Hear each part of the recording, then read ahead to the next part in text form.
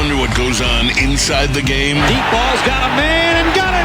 Touchdown, Braylon Edwards. Join Braylon Edwards and Shep. Edwards has it. 10-5, touchdown. On the Braylon Edwards Show with Shep. Ball looks in zone. Got Edwards for the touchdown.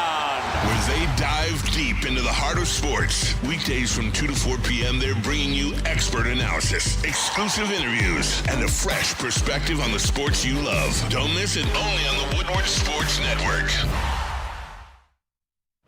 Hey, what a weekend, huh? Hope you enjoyed it. I know Braylon sure did. We all did, I hope. Glad to be back with you for another week of the Braylon Edwards Show here on Woodward Sports. Ryan is with us, Kool-Aid is with us, and the man who celebrated his father's 45th Rose Bowl anniversary with Pops Saturday at the Big House is with us as well. That must have been an absolute blast, man. No, it was amazing. It was so fun to see my father and his teammates. Good afternoon to you guys. Kool-Aid, good to have you back. Ryan, same. Shep, always good to see you, sir. It was cool to watch my dad and his friends, former teammates, brothers in arms, in their element. Got a chance to spend some time with them Friday night at the Chop House.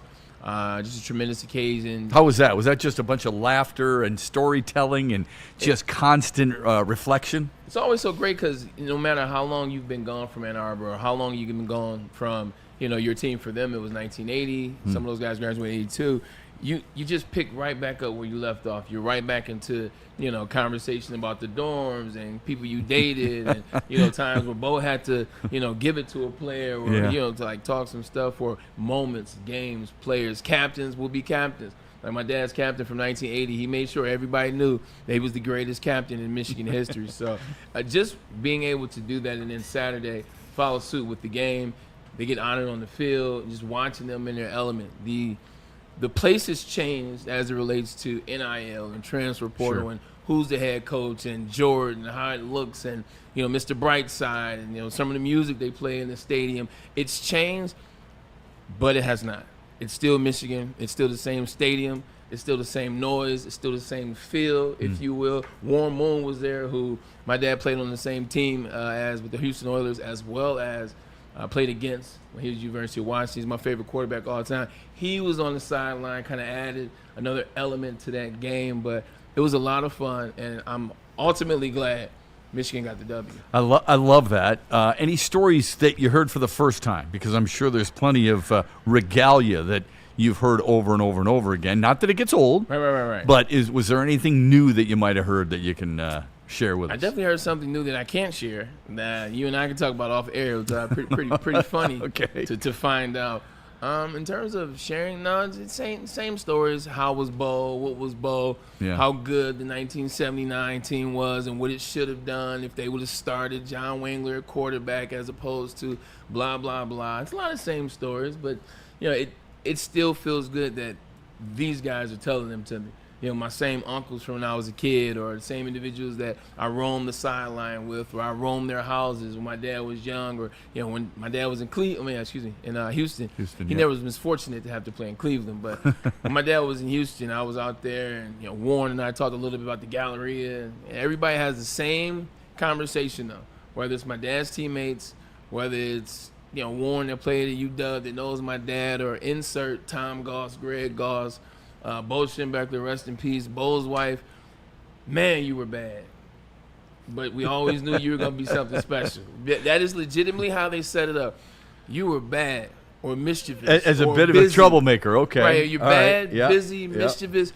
But we knew you were going to be special at something, so it's good to see these individuals. I love that. Yeah. What a moment for maybe you to just sit back and listen, not that you don't already, but there are times, let's face it, when you're in the middle of that arena, people are constantly asking you the questions. And the thing that I kind of remember most from Friday is when you were talking about you get the chance to be Stan's son rather than Stan getting to be your father. So my guess is you at some moment just kind of sat back, took it all in, and recognized all these former great players, and you're just kind of listening rather than talking a whole lot to them.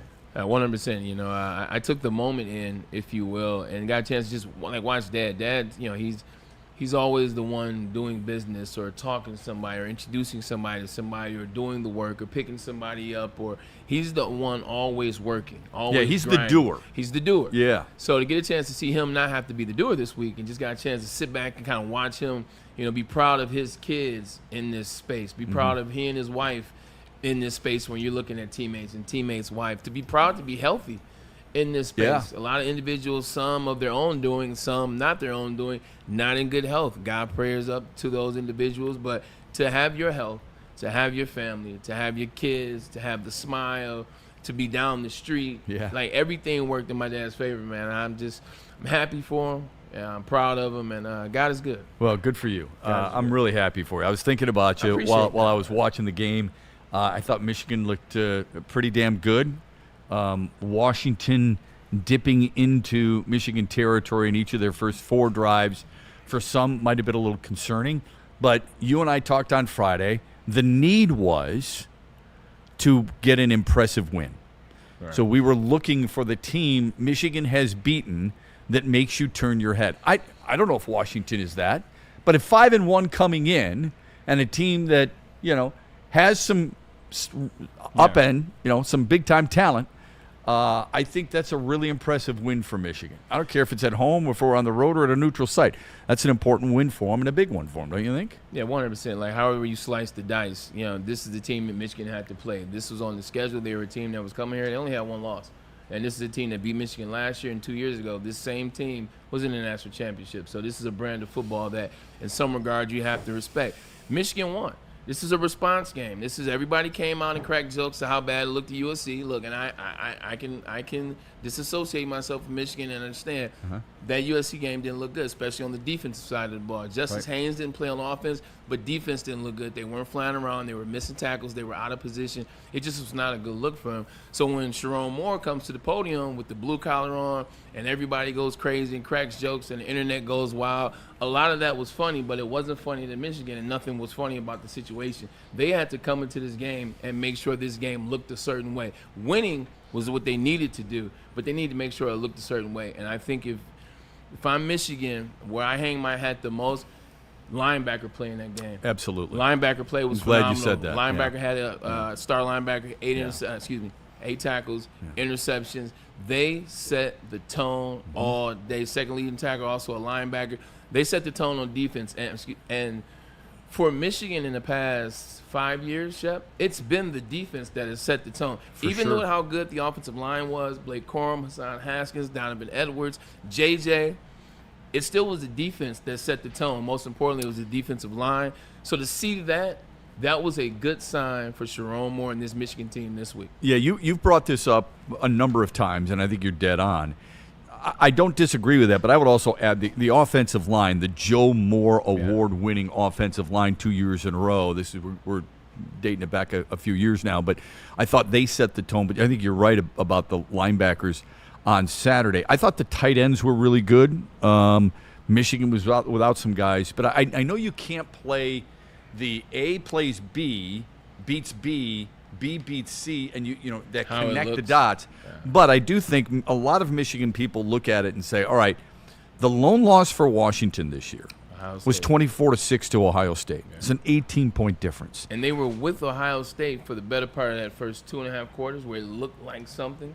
And it looked great for Ohio State per se. Right. So here comes it looked like this against Michigan. Against Washington.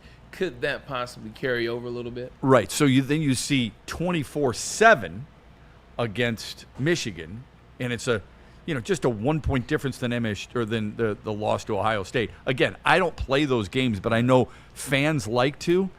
Where's the validity to that, do you think? Because Ohio State played them out west. Okay, you know how I feel about home field. Yeah. I don't think it's the be-all, end-all. I think it can make a difference, but I don't think it's the be-all, end-all.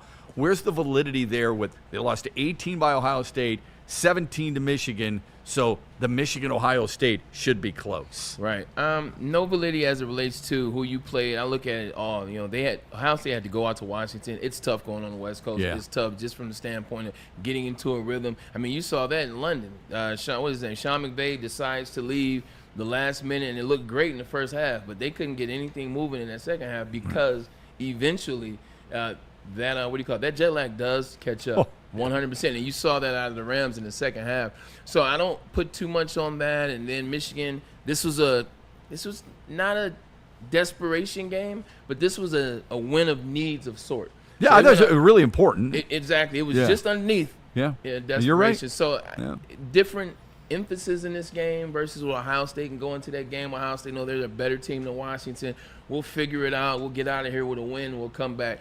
So I don't put too much on it. But to that point, Ohio State isn't necessarily the juggernaut, if you will.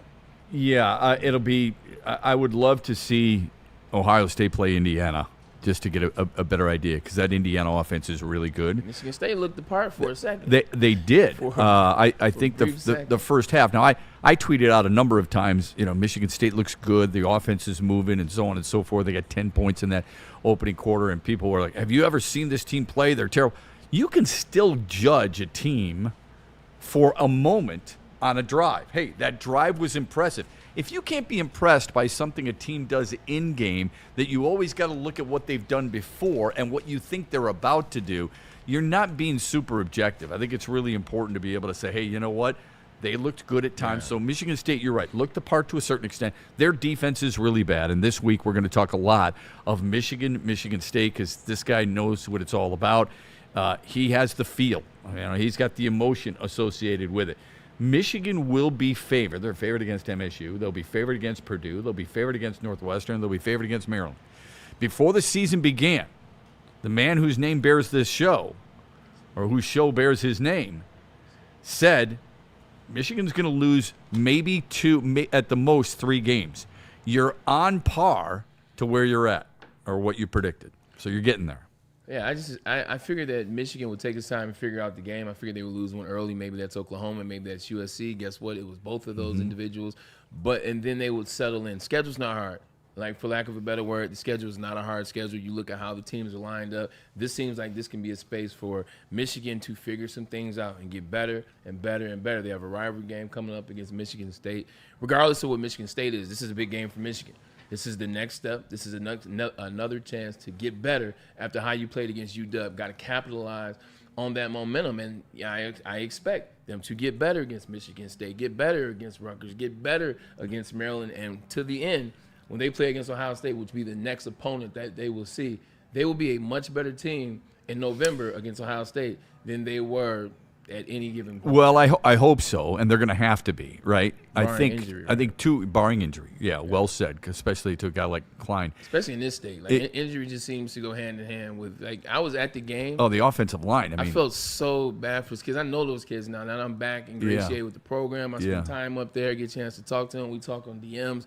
Yeah, you now watch 2 individuals have to get carted off, takes the energy out of the arena, and there's a gas. And I know it's a next man up mentality, but at some point, especially at the collegiate level, when you're losing offensive linemen, when you're talking about why you paying $13 million for Bryce Underwood or whatever the number is, you got to have people up front to protect them. So, and they were already dipping into their depth chart. So they lost 3 linemen legitimately before the first week was over. Yeah. So when you're down to your 3rd string left, I mean, there's a reason, with all due respect, there's a reason they're 3rd on the depth chart. We'll talk about that as it relates to his Monday Night Football game tonight too. That's right. So we're going to get into that for sure here on the Braylon Edwards Show. There's a ton of football to discuss, and the injuries and how that affects you a little bit. But I would say this: too oftentimes in football games, we zero in on one position. The position, all right? Quarterback. And a lot of times it's fair. I thought Bryce Underwood played really well on Saturday. It shows you how much better he can be, because from the time you first saw him earlier this year to how he was on Saturday, but also how much more he has to be better moving forward. What's the ceiling there for him? And I'm not talking about first-round pick, first overall. I just want to know, as a freshman, as a freshman starter, what do you think the ceiling is for a guy like that, and how do you see him improving most? If he can get some receivers, and this is no disrespect to my school, I love my school, but I call it like it is. That's my job. If they can catch the ball consistently for him, if they can be more consistent for him, allow him to get in better rhythms, because you got a guy that's trying to figure it out. He's 18 years old. It's a ton of pressure on him. You got an offensive coordinator. They're hammering out ideas. They're hammering out schemes. to, okay, this week, this is what we want to do. This is the steps we want to take. We want to get the first down. After that, it's tough to do that when you can't catch the ball and when you can't string drives together. When you're dropping passes. When he's only relying on tight ends. 100%. And then you're throwing the ball to, here's Samaj Morgan. He told me this was going to be the guy for University of Michigan. Told me he's an explosive wide receiver. 2 drops. Here's Donovan McCauley. You told me he's wearing the number 1. He's the new guy up. Not even targeting him. Yeah. Like, not even targeting him. And then you got tight ends. Tight ends want to be the bread and butter. Tight ends where it makes a younger quarterback. This is a guy you go to, you feel comfortable. Even in the NFL, they use tight ends to feel comfortable. Tight end can't catch the ball. So when you're having that, it kind of disrupts the momentum that you're trying to create. You know, you can't create a space where this looks good. We went on this drive. We did that. Let's build on it next series. Each time feels like you're starting over, and you're just going back and forth and back and forth. Well, it was, for the most part, an enjoyable week, and I thought Michigan State started off pretty well, but Indiana's the real deal. I'm sure everybody believes that. I hope they do. They're now ranked 2nd highest in school history. You got Big Ten's teams 1 and 2, pretty impressive. We'll get some coaches moving on. We'll get Braylon's thoughts on perhaps the best opportunity in college football. We're definitely going to talk Lions and Bucks. It's the reason you're here is because he's going to give you some really good insight. So we'll get to all that coming up here on the Braylon Edwards Show. We're glad you're with us on a Monday afternoon on Woodward Sports. Now this from Ben Johnson. It was a little weird without my desk, but guess what? This is still the same. Corporations, the government, even your insurance company will try to do whatever it can to minimize their liability. Don't let them. We won't let them. We need them to not withhold your compensation, and you know how you do it? You go get Ben Johnson, the fighter, and let him fight for you. When something goes wrong, make him your first call. Not second, not third. Make him your first. Trust me, the significant others, they will understand. Make it that way. Get the fighter in your corner today. How you get that access? Go to VinFights.com. Let them be the next one for you. We got a watch party taken on in East Lansing. Yeah, it's going to be at Art and Jake's. They've got 6 locations throughout the state, and we want you to enjoy it this weekend. Michigan State. Doesn't get a whole lot better than that. The college football show on Woodward Sports is going to be live from there in Lansing, October 25th for that epic showdown. So we want you to come, hang out, enjoy the wall-to-wall coverage with 80 television sets, 22 draft beers, and outstanding food. That's just a sample right above my head of the really good food that Art and Jake's has at every single one of their 6 locations. No better place to catch the action than Art and Jake's Sports Bar and Grill. It is, again, at the location in Lansing, October 25th. We want you to join us. Please do. And join the AJ's fan club and make every game a game-winning day. Big injuries, big news. Twice a week, Dr. Jeff Pierce from Michigan Sports and Spine joins Woodward Sports Network for the Injury Insider Report. Big D Energy Tuesdays at noon. Braylon Edwards and Shep Thursdays at 3:30. Get expert analysis and in-depth breakdowns on the latest sports injuries from the man trusted by top athletes in the community, like D-Mac. Whether it's the Lions, Pistons, Tigers, or Red Wings, Dr. Pierce talks us through it all. Don't miss the Injury Insider Report with Dr. Jeff Pierce, your go-to source for understanding the impact of injuries on the games and players we love. Only on Woodward Sports Network. Scan the QR code on the screen or go to MichiganSportsandSpine.com to see if Dr. Jeff Pierce can help you. Is that an octopus in your pants, or are you just happy to see me? See what I did there? Go Red Wings! From Octopi Experts, Woodward Sports.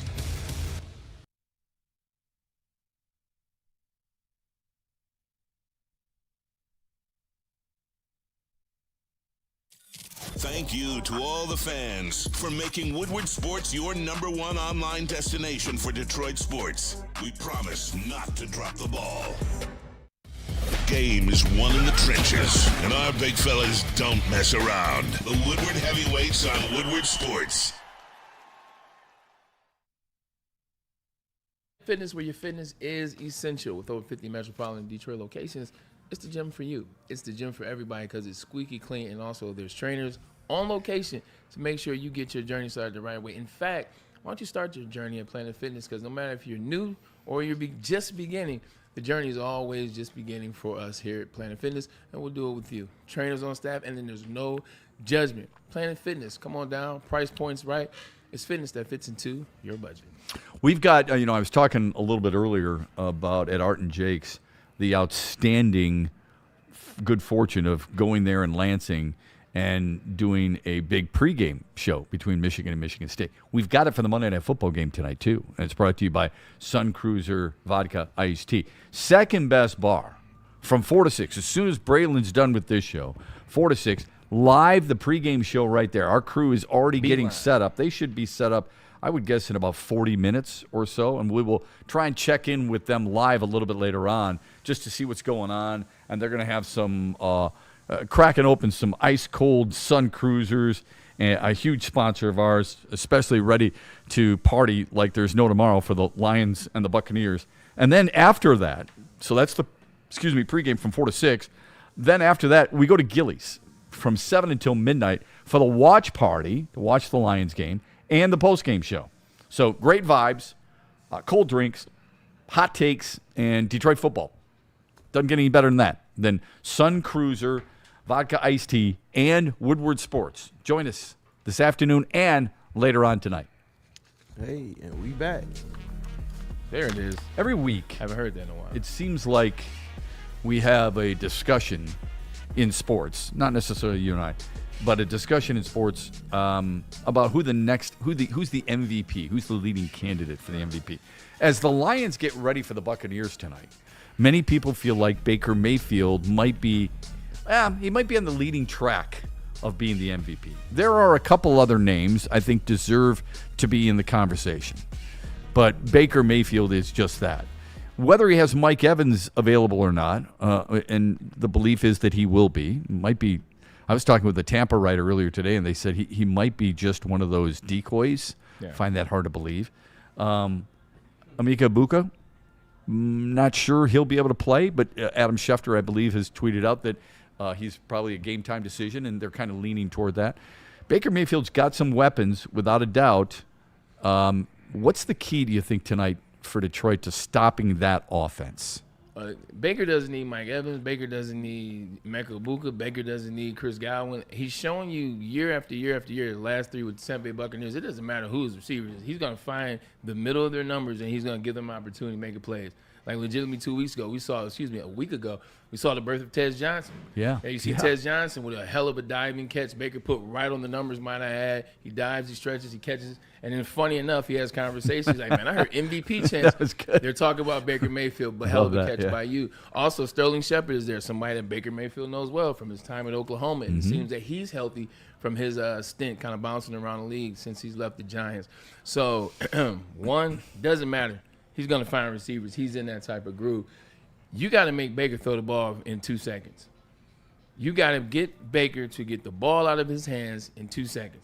Like, you can't allow Baker to run around, dance around, wait around, buy out time for somebody to come open, somebody to uncover, and now he's got a shot. Now he's going to make the play. Because one thing about Baker, he can throw on the run. He can throw in all types of little nooks and crannies. He's weirdly fast. He's awkwardly athletic. Like, he's an individual that will do whatever he can to extend a play.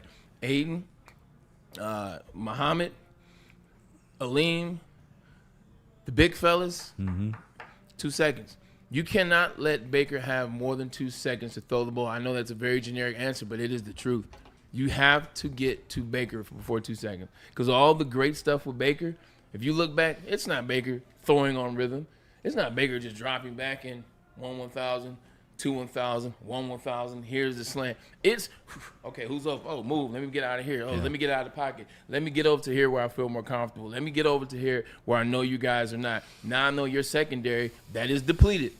Like, if ever you wanted to know what the word depleted means, look at the Detroit Lions secondary tonight. That is the definition so true. of depletion. Yeah. There's no. They'd have a picture in the Keep the dictionary real next to bright. it. Yeah. There's no DB1, there's no DB2, there's no safety 1, there's no safety 2. And I would argue that they're both safety 1, considering what they've done in the last 3 years. Right. There's none of that. Yeah. There's none of that. So you can't allow Baker time on third, fourth string secondary members. Defensive line is going to be impeccable, but the 2 seconds is the thing. And then in the end of the game, fourth quarter, have yourself a lead. When the fourth quarter starts, I need 10 or more for the Detroit Lions. Because they're never out of it with him. It's really 12. The number's really 12 if we're being honest, but I say 10, it sounds a little bit better. I need a 10-point lead from the Detroit Lions. I know it's asking a lot, but if you want to ensure or if you want to give yourself the best chance against Mr. Fourth Quarter, you better put yourself in the 10-point lead because anything less, and we've seen him come back for more. I was talking with somebody about this morning, and we were obviously talking about Mayfield and how good he's been. His escapability is really impressive. But if you're going to put pressure on him, the Lions have always been a team, they like man, okay? Man-to-man coverage. If you're going to if Kelvin Shepard's going to try and bring pressure to him, how is the best way to get to him and still contain him? Because if they're going to bring pressure, Jack Campbell, Alex Anzalone, I don't care, they got to get home. And there's been too many times this year, if you want to nitpick about the Lions, too many times where they're blitzing and they ain't getting home. Is the philosophy more about you've got to pressure him with 4, or is he going to be selective in his pass rushing blitzes packages to make sure they find a way to get to him? Go back to the Baltimore Ravens game, and the thing that Kelvin Shepard did well in that game, especially the defensive line, is I talk about it. They stayed in the rush lanes. They were very disciplined. They didn't let Lamar get anywhere in that That's offense. true. You brought that up, actually, yeah. They stayed in their rush-ins. They stayed at discipline as it relates to pump fakes, jumping, getting off their feet. They stayed very disciplined and dialed into where's 8. This is what our job is. Don't worry about what he's doing. Don't worry about the moves, the shakes.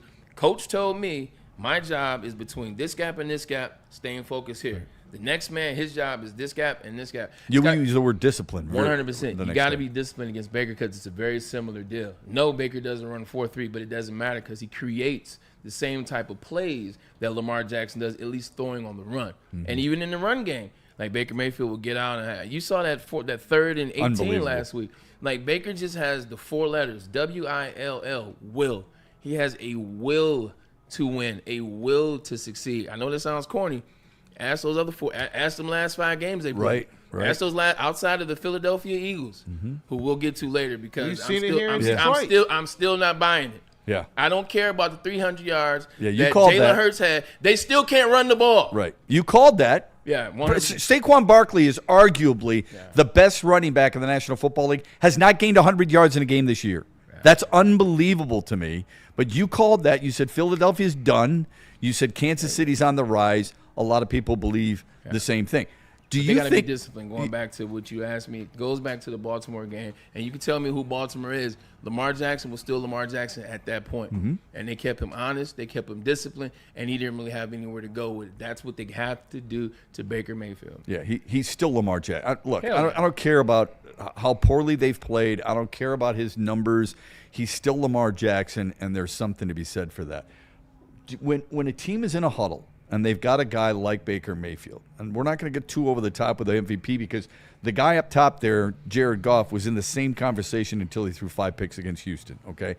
But Baker Mayfield, when you're in the huddle and a guy exudes this type of belief and confidence, how do you feel it as a teammate of his, do you think? It just keeps your energy going. Like, you never are tapped out. You're never, like... Like Trevor Lawrence, if option 1 is not there, like just look at how Trevor Lawrence wide receivers carry themselves. They dropped a lot of passes. They did not put themselves in the best situation, so that's on them. But the reason why they act like that, they don't believe in Trevor Lawrence, who doesn't believe in his situation with the Jacksonville Jaguars. I digress. Yeah. But when you believe in somebody, you're making sure you're getting open. You're making sure you're catching the pass. You're making sure you're doing 1, 2, 3. You're making sure you stay alive. You're making sure when you have a quarterback that can scramble, you have to keep the scramble identities and properties open. Like there's certain rules when a quarterback scrambles, where you should go, where you should be. I've been watching a lot of these young wide receivers play with these quarterbacks because every quarterback can run a little bit now. Wide receivers are just standing still. Yeah. Like there was a moment yesterday in the Kansas City Chiefs game where not Rashee Rice, Xavier Worthy had a whole crash out moment. Felt like he got pushed. Mahomes is still scrambling. He said, "Man, this is BS." Play's still going. Oh shoot! Now he jumps and he made a hell of a catch. Yeah. And a hell of a play. You gotta stay dialed in when you're playing with a quarterback like Baker because his job, every play he wants to win. He doesn't want to win just the game. Baker wants to win every play. So you gotta do what you're supposed to be doing because if you don't. It's good stuff, man. I mean, you brought up Jacksonville. Brian, I didn't realize this, but I was listening to it on NFL radio. Brian Thomas Jr. has dropped more passes than anybody else in the National Football League over the last 2 years. It's unbelievable. It just doesn't look like he cares. Like, legitimately does not look like he cares. It's Miami. That's what it is. It's the Miami Dolphins. I understand.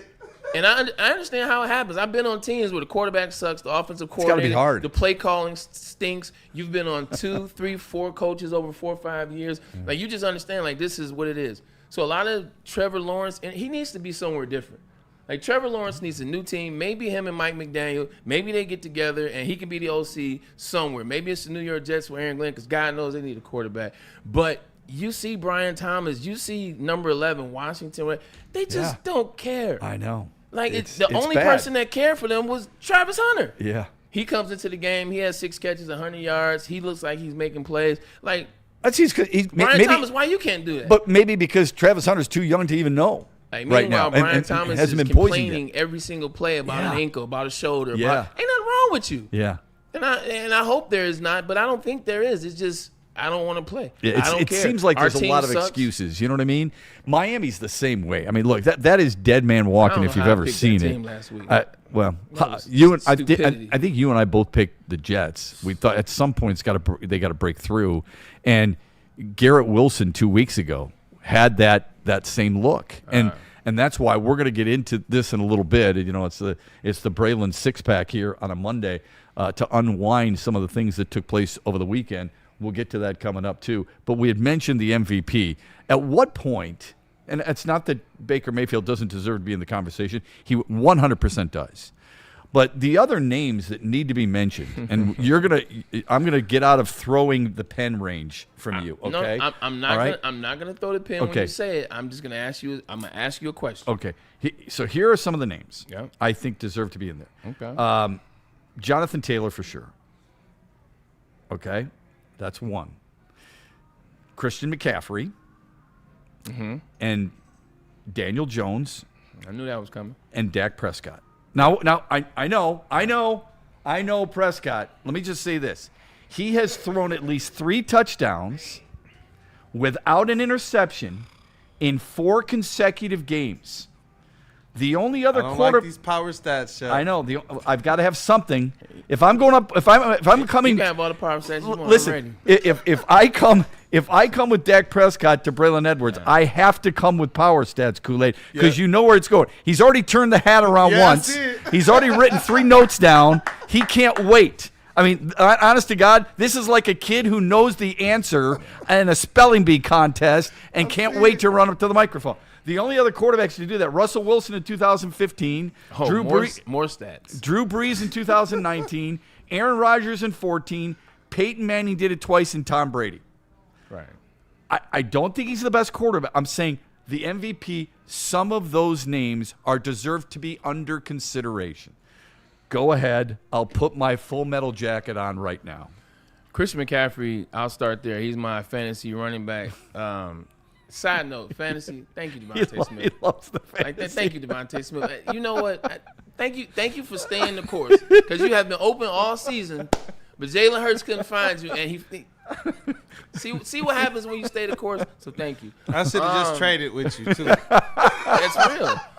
Okay, Christian McCaffrey, 100%. Legitimately, after Brock Purdy goes down, every wide receiver goes down, George Kittle goes down. Somehow they still manage to be in first place, still manage to be fighting to be in first place. And he's done everything for them. Wow, okay. Like, everything for them. I dodged that one, Kool-Aid. I thought I was going to get ridiculed because one of Braylon's favorite running backs of all time is in a very select company, okay? Marshall Faulk, Roger Craig are the only 2 running backs in history to have over 1,000 yards receiving and rushing more than once in their career. McCaffrey's on pace to do that and could be the 3rd. Go ahead. So you look what he's done, like, legitimately, like, he was the only weapon they had until they found KJ Bourne. KJ Bourne. He's done everything. He's getting 10 passes a game before last night. He's catching 10 rocks a game. He's doing everything he needs to do. The running game wasn't working, so they put him on, making the number 1 wide receiver for them. Now they get George Kittle back. It's crazy that George Kittle meant that much in the run game. Yeah. Just notice what the run game looked like for 49. That was a tight end that came back. It wasn't left tackle. It wasn't right tackle. It wasn't right guard. It was George Kittle, tight end you. But now you have him back. Now he has 201 yards. Like, this looks like the Christian McCaffrey that we were talking about 2 years ago when he was in the MVP conversation. Facts. Jonathan Taylor also deserves to be in that. As good as Christian McCaffrey is, as good as Bijan Robinson is, who leads the league right now? Yeah. In rushing touchdowns. And rushing yards. And rushing yards. And, oh, by the way, he had another hat trick. Hat trick was the theme yesterday. Yeah. I'm hoping it continues for guys on our team. But anyway. He's really good. He's really good. Daniel Jones, what he's doing is damn good. And I'm cool with people mentioning him in the MVP. Okay. But if you're not the best person on your team, then you can't be an MVP. The best person on that team right now is Jonathan Taylor. That's a good point. Regardless of what he's doing. All now, right. we know it's a quarterback award. I like that. And if he continues to do the things, the numbers that you mentioned, if he continues to do that, at some point you have to take a look because he's the only reason why people don't want to buy the Indianapolis Colts. You're right. DeForest Buckner in that defense, he's reminding you why he's been one of the best defensive linemen for the last 8 years in this NFL. Jonathan Taylor, what he's doing. Yeah. Their offensive line's pretty good, too. I was just about to go to Quentin Nelson. You saw him yesterday, get the hands in the face. But that's what you have to do because he's that good. That's why I gave Lee McNeil so much credit last year because he dish-ragged Quentin Nelson, who's one of the best. But that's why I love this show because he watches every single flipping game. You know, the Colts you have wide receivers, you have tight ends, and you have a head coach, Shane Steichen, that is not new to this. He may be but a lot of people didn't believe in him before this year. So I mean, you did. I'm giving you full marks. Just Shane Steichen being a really good coach. Nobody would have said that at the beginning of the season. Yeah, how would you say that when your quarterback is Anthony Richardson? Okay. Well, listen, he got a lot of flack for giving Daniel Jones the starting nod over Anthony Richardson. Instead, Indianapolis right now leads. Like, we think Detroit's offense is really good. The Colts lead the league in offense. Okay, this is a guy on a one-year deal. Okay, $14 million, 33 points per game, and yards per play. Their 232 points are most in their franchise's history since 1964. Okay, so you're right. All those things dead on, but you're not going to believe in the guy up on the right-hand corner. So I was going to finish off with Dak Prescott. Dak is Mr. Regular Season. Okay. So I hold on, but what did I say about Dak 2 weeks ago? I said, hey, look, he's having a hell of a year. Yes. I put him up there. We started having conversations. This is a regular season award, though. He deserves to be in the conversation, but take that with a grain of salt. Mm-hmm. Like, take that with a grain of salt. I need to see Dak Prescott win the games. I'm with you. Like, that's the one thing that he hasn't done in relation to the award. Even when they've gone 13-3 or 12-4, or they've been a number one seed, he hasn't won those games. And those games, whether it was the Eagles, whether it was the Packers, have been on him to a certain extent. I don't disagree with you, Braylon. So I don't. But I like him in the category right now. Okay. I'm cool with that. All right. I would like to. I ain't gonna lie, that offense is cheating. I appreciate you. I mean, I really do, because I know that he's got to prove a lot to you. I just remind people this is a regular season award. I don't like that it's strictly quarterbacks. Okay, I don't. I think there are times where wide receivers, defensive ends. Don't tell me that Myles Garrett can't be in that conversation. But that's kind of the way it's gone, and it's unfortunate. That's how football is. That's how football viewing is. When you and I watch football together, we don't always watch the football itself. Yeah. You have taken your eyes to different parts. I've been very fortunate to be good friends with a lot of ex-NFL players, and they have taught me this, to watch the game differently. That's not how it works. Football's always been quarterback and running back. It just used to be just those two, and it used to be dominated by running backs for a while. So, you had a little bit of variation, but between two positions, it was never wide. Like, Jerry Rice is arguably, in my opinion, he's the best player of all time. I don't care what you say, hard stop. He's the best player of all time. Jerry's never been in MVP contention. Jerry's never won MVP. Defensive player, Reggie White, Lawrence Taylor, they won Defensive Player of the Year. Yeah. But they've never won the MVP. So it's always been a quarterback or a running back because they view running back as a team individual. Yeah. Alan Page won it a year, but this is a long time. Sure, that's so you're 100%. Yeah, I 77. I forget exactly the word. Maybe even before that, 70 or 71. I think Larry Brown won it 1 year. Like, there's a couple outliers. But those are the outliers. One-offs. Yep, that's what I was just going to say. Those are the outliers. So everything else is. I mean, if you take Charles the kicker Woodson, out, take out Mark Mosley. All right, that was that was a strike shortened season. Yeah, it's kind of ridiculous. Lawrence Taylor did win it. True. And when I was a kid, Lawrence Taylor, in my mind, was the most, I don't know if he's the greatest, because you like Jerry Rice, that's fine. I'm not going to put up a fight there. Lawrence Taylor's probably the most, Aaron Donald, the most dominant defensive player I've ever seen. And I loved watching him. Now, I didn't see Deacon Jones. I didn't see Merlin Olsen. I didn't see guys like that. But from what I've ever watched, Lawrence Taylor was unblockable. He was. And Aaron Donald, unblockable. I agree. All right? And that's my point. If you can't vote, I'll use the Heisman. If you can't vote Hugh Green, the Heisman, I mean, give me a break. If you can't vote Aaron Donald an MVP, there's a problem with your league because he's a dominant player. Yeah, Jerry Rice had 22 touchdowns in 10 games. Yeah. Yeah, I mean, facts. I mean, that is so true. Let that sink in. Yeah. 10 games, Jerry had 22 touchdowns. Yeah, so my biggest issue, if you had a house and all the NFL MVPs are in it, and Jerry Rice knocks on the door and says he can't get in, and Brian Sipe is the one who answers the door, that's a bit of an issue for me. Okay? I like how you went to 17. Brian Sipe also wore 17 for the Cleveland Browns. He did. Both of you represented it very well. This is not a knock on. Kids. It's not a knock on Brian Sipe. All I'm saying is that Jerry Rice, Aaron Donald can't be MVPs. But Burt Jones, who I liked a lot as a kid, wore number 7 for the Colts. I liked him a lot. It's a bit of a tough pill for me to swallow. All right, got to take a quick time out. We'll hear this from Smoothie King, Sharon's Heating and Air Conditioning as well. And when we come back, what's the best available college football coaching opportunity in America? That and more coming up on the Braylon Edwards Show here on Woodward Sports. On a beautiful Monday, in which it is Monday Night Football. Smoothie King is the place. Dun, and dun, we dun, appreciate dun. Smoothie King for the partnership for High School Athlete of the Week. Last Friday, you saw how we do it, how we get down. Check it out. Duke Banter last Friday, down. man. That was a lot. Hey, got a chance. He did his thing also that night. Nominate a Detroit area high school athlete today. You can nominate. All you have to do is scan this QR code above my head. Make sure they're deserving and make sure that it's somebody that you vouch for. Get them in. We'll get the information and we'll see if they can become the next high school athlete of the week. And the reason why we partnered with Smoothie King is because they've done a great job of rebranding their menu to focus on protein, focus on real fruit. And the real fruit is very important so that it can refuel you, get you back in the game, man. So go to Smoothie King near you. But also, scan that QR code and get your athlete of the week today. How did he do, by the way, on that Friday night? You went to CC. CC, another butt whooping, won by 30. Yeah. He looked good? He did. It was all because he was the Smoothie King, Braylon Edwards Show. I think it's because he's a monster, but I think that helped a little bit, though. Sharon's Heating and Air Conditioning is a monster in a good way. They've been helping Metro Detroit for over 40 years, treating you like family, wanting to make sure that your largest investment, your house, is taken care of. Heating, indoor air quality, cooling, water heaters, whole home generators. They've got it all for you. They can take care of it all for you, and they want to help you out. Right now, DTE gas customers get free furnace tune-ups through December 1st. That's right. DTE gas customers get a free furnace tune-up through December 1st. You're running out of time. Schedule it as soon as you can. Tell them the Braylon Edwards Show sent you. Just scan the QR code above my head or call them today at 734-238-3839.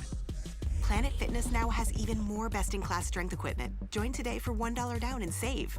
We're stepping it up. We're not slowing down. Finding new face, new focus. Love that new equipment smell. So, you in? Join the club today. Save when you join for just $1 down, $15 a month. Planet Fitness. We're all strong on this planet.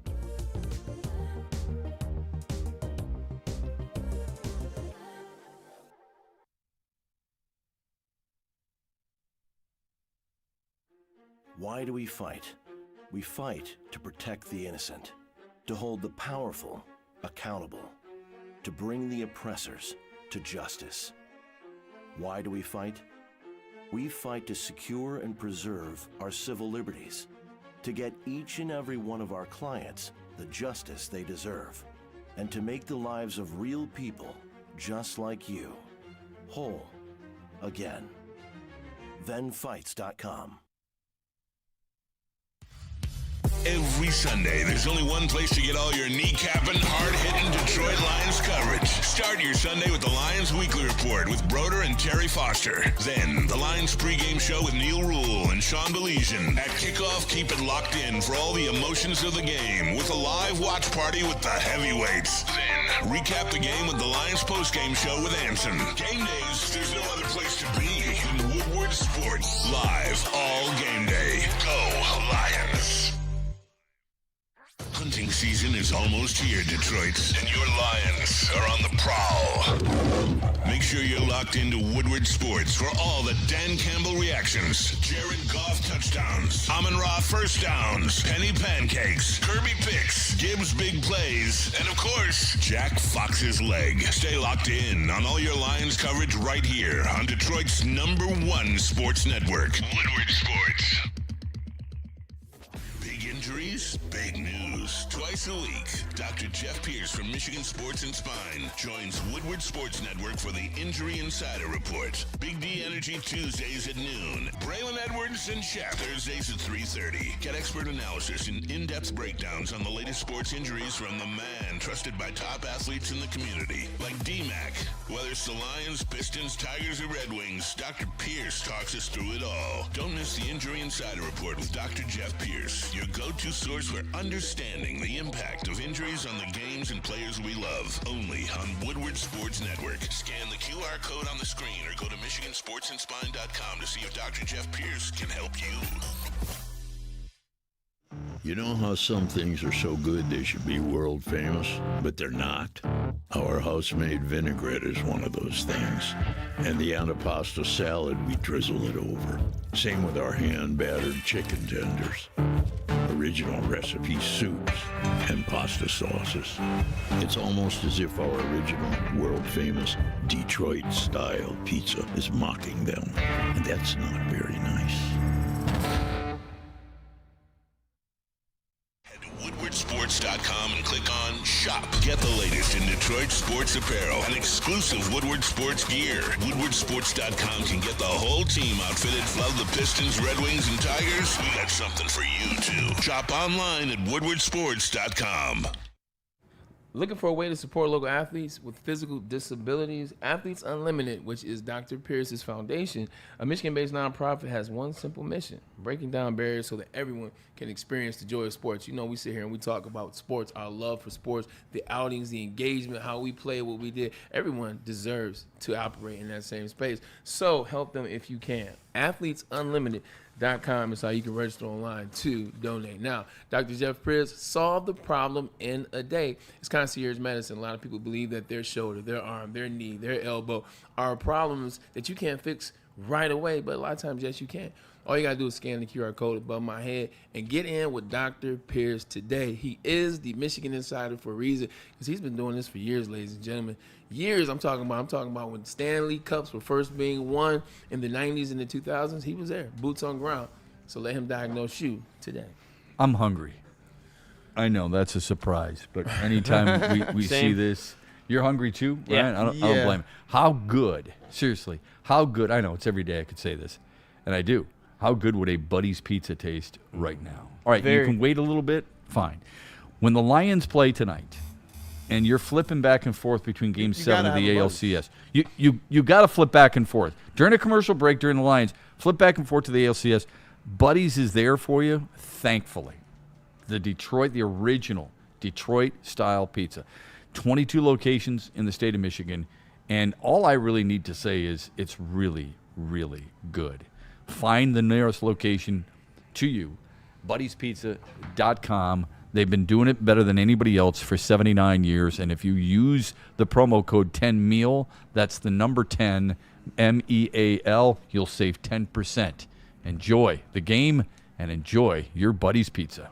Man, speaking about enjoying the game, this is why I like hard copy tickets. This is why I enjoy the old school. I enjoy when they put the hard copies in your hand. Talk to us, bro. Or I enjoy when you can get the envelope. Somebody can bring them to your house before the day, the day before, 2 days before. Who made Bray hot? Maybe they get you the passes. Maybe you meet downtown at a hotel or at a bar and grill. You get them in your hand. However, in your hand, because what happens is with technical difficulties, the Wi-Fi and all this other BS, I guess Amazon, which owns AWS, the digital streaming or the digital platform. Yeah. Excuse me, for which how tickets are shared has gone down. So everybody right now is experiencing difficulties trying to put the tickets into your wallet. Now, it still says these are your tickets, you have your tickets, but we're experiencing technical difficulties. It wouldn't be technical difficulties if I had 2 hard tickets. When I could just go in there, hey, these are my tickets, boom, boom, boom. Now I got to wait. You know what you sound like. He kind of preaching. Yeah, I know I sound like I'm old, but I know. But it is what How'd it you is. know I was going there? You know what? I'm cool with it. If it works, don't change it. Damn it, honey. I want the paper on my doorstep. I'm just saying, like, No, I'm with you. Technology is the best, 100%. I legitimately, I'm glad I live in a space where I was able to have the internet. I remember when Y2K hit in 2000. I'm glad to be a part of all of that, 100%. But a lot of times these things happen and it just absolutely sucks. I legitimately could not get into my house because the internet went out and one of those the electrical barriers. What do you call them? Oh my God, they're You have DTE comes out. They fix those the transponders. Yeah, it blew up. Like so now. My garage code doesn't work. My garage doesn't work. My electric little access on the key panel where I type in that doesn't work. All the lasers on your porch where you got to kind of jump over them if you want to break in. But not that. But I'm just saying like typical stuff because my key is on the inside. Like technology is great, but when it crashes, it's bad, man. You just realize how much you lean on it. I think that's what it is. That's why I try to avoid that. All right, full disclosure here. Right. You're going on a plane. Well, you drive. You're on a private plane, so you're not really part of this. All right, are you getting it in your wallet or are you getting a paper ticket? If I don't check a bag, I'll do it on my wallet. But if I'm checking the bag, always paper tickets. Okay, Kool-Aid. I'm still old school. Oh, I've been doing the digital, man. Okay, Ryan. I haven't flown since 2020, so that's when my parents were taking care of all that. So that would be. I think they did paper. We gotta get you out of here. I do both to protect myself, and I know that sounds really stupid, but I do both just in case. I don't know. That's just me. I've got it in the wallet, and that's where I scan it. But I have the paper ticket just in case. So that's what I try to do. Yeah. It's called covering your bases a little bit. Interesting. I definitely like to have the hard copy. Like if I'm checking the bag, the whole 9 yards, I put the tickets on the bag and I put it folded up nice and neat, put it right in the back of my wallet. So I'm dialed in. I don't need the app to go down when the plane lands. They can't find my bag. Now they can't tell me what happened. Right, that's why I can't show them the ticket number. I'm saying, no. Let me unfold this situation. Here it is right here. So, I tell you, here's the scroll. I haven't checked a bag in like years. Dude, I had to check my golf clubs 2 weekends ago, but I never check bags because I don't trust them. Golf clubs are reasonable. You have to, right? I went to Germany 3 years in a row to call NFL Europe for Fox, and you're supposed to pack for 2 weeks. And I don't know if you've ever been to Germany, but it's not like they've got coin washers and dryers right down the hall. Okay, and on those schedules, you're pretty busy. You don't really have time. I packed everything in one suitcase, everything. There's no way I was checking a bag going that far away without having some protection and making sure my suitcase was bulging at the seams. It's like me after I eat a large Buddy's pizza. I have to unbutton the belt. That's exactly what my suitcase is. I was going to ask you how many black folks you saw at Germany, but I didn't want to. I don't think all the guys I worked with were black. Does that help me? They don't count. Musin Muhammad, that doesn't help me? Shout out to Musin. Darren Woodson, that doesn't help me? Shout out to Darren Woodson. All right, well, that's good. But I have a big issue, like having one thing where it automatically, if I'm talking about going to Germany, traveling abroad, 4 days, where I got to bring clothes. Shep, I'm 6'4" and I wear 13. Like 3 pairs of shoes, I'm already needing to carry on. I mean, to check a bag. You're right. So like I try to find outfits. I'm not feeling sorry for you though. You're 6'4", 225 pounds. I'm not apologizing for being 6'4", 225. Don't be looking for any sympathy from a 5'9.5" guy. All right, knock it off. All right. Don't need that stuff. I want to know when you buy in. I want to know when you buy in on a team. And here's the reason I ask that. Watching Colts. Vanderbilt over the weekend had all kinds of, I'm not so sure. The Colts just keep winning. They're 6-1. They have the best record in the NFL, depending on what Tampa does tonight. Are you buying in? We just talked about Daniel Jones. Yeah. Are you buying in? I'm not going to lie to you. I was wondering about Indiana until they went to Oregon, and I thought they were going to get beat up pretty good by the Ducks, and they didn't. Same here. What does it take for us to buy in? Any team. It doesn't have to be football related. Any team. When do you finally realize, you know what? Got to give them credit. They've done a pretty good job with that. And we've got plenty of examples so far this season, just in the NFL season alone. I just think it's when a team becomes consistent and they do things consistently that they haven't done before, you have to start to take a note. And then when they start to become favorite and then they still meet those challenges, that's when you really have to take note. I like that. I may not like how the quarterback from Vanderbilt carries himself. Yeah. I may not like the goofy bleep that he does. But when his team gets out on the field, especially in this last year, they're showing they can beat Alabama, they can beat LSU, they can beat the teams placed in front of them in this current NCAA landscape. So, for lack of a better word, this NCAA, I believe in this Vanderbilt team. I don't necessarily like the way in which they operate, but we're talking semantics. You're talking about between those hashes, they're getting it done and they're winning games. So I believe in Vandy in this this season. As it relates to the Colts, same thing in the NFL. It's tough to win in the NFL, and they're doing it at a consistent clip. They're beating some good teams. They're beating some good coaches, but they're not just doing it like with miracle plays like the freaking Giants and Broncos game, that comeback.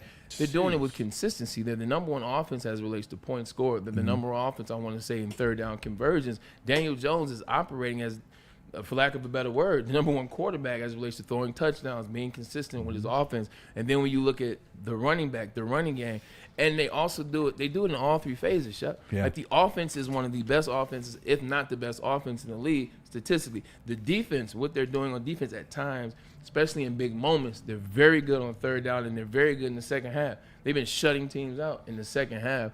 So, and special teams has even done well. So I look at that team from that. It's not about what Daniel Jones is doing.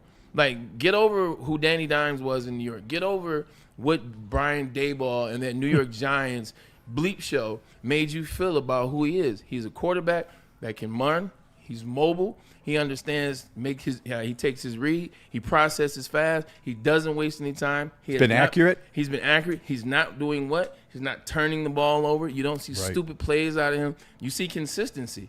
So I think you have to buy into the Colts. And to be honest, why not buy into the Colts? Outside of the new favorite, the Kansas City Chiefs, who in the AFC is really like that?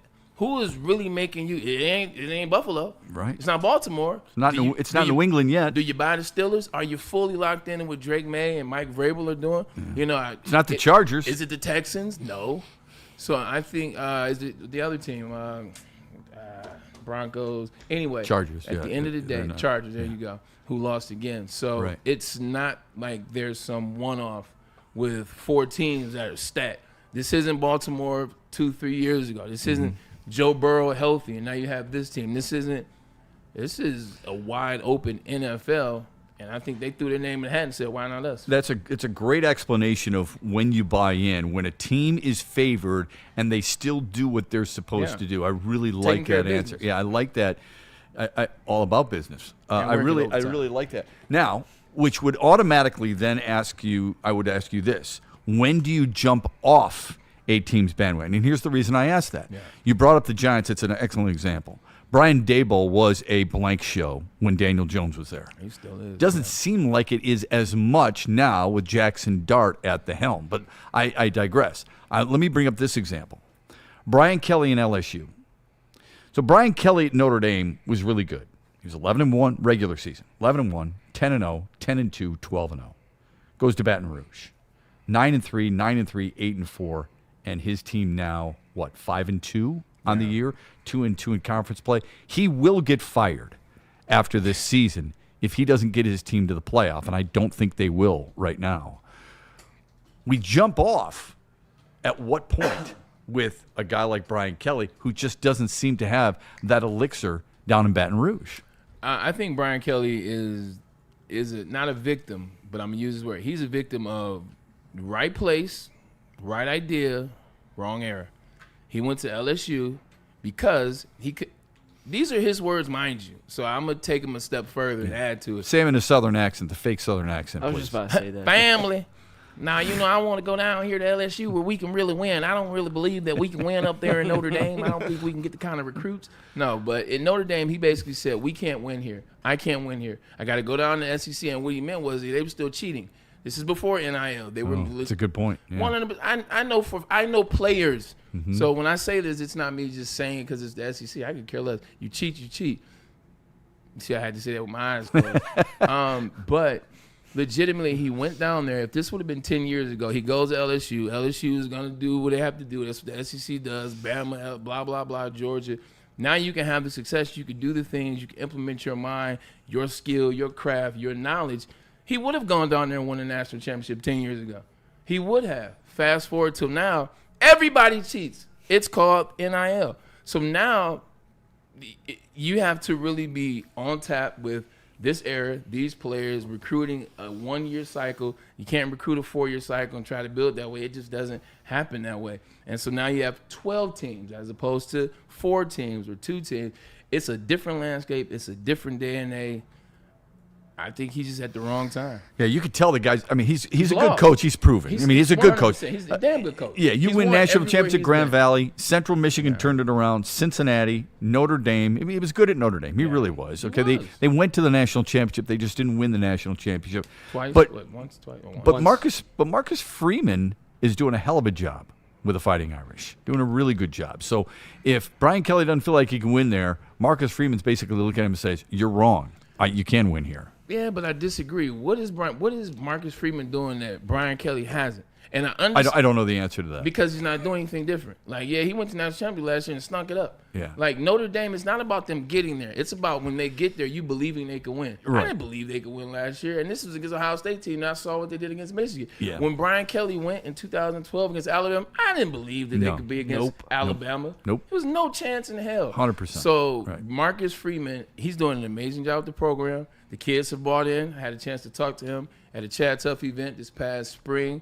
Shout out to the Carr family. Speaking of Notre Dame, great mind, great individual. I forgot he went to Ohio State. He's so nice and so likable. But he's still the same thing as Brian Kelly and the same thing as Charlie Hurst or Charlie Weiss. No, he's not Charlie Weiss. Oh, my God, no. Charlie Weiss was 11-1, 11-2, 11-1. Couldn't get it done. Couldn't win. That's the same thing as Brian Kelly, who got to a national championship game, lost. Same thing as Marcus Freeman so far. But Marcus Freeman has a better opportunity, I think, with the way it's set up. Yeah, Charlie Weiss is not a good representative of what they were. Charlie Weiss at Notre Dame went 9-3, 10-3, 3-9, 7-6, and 6-6.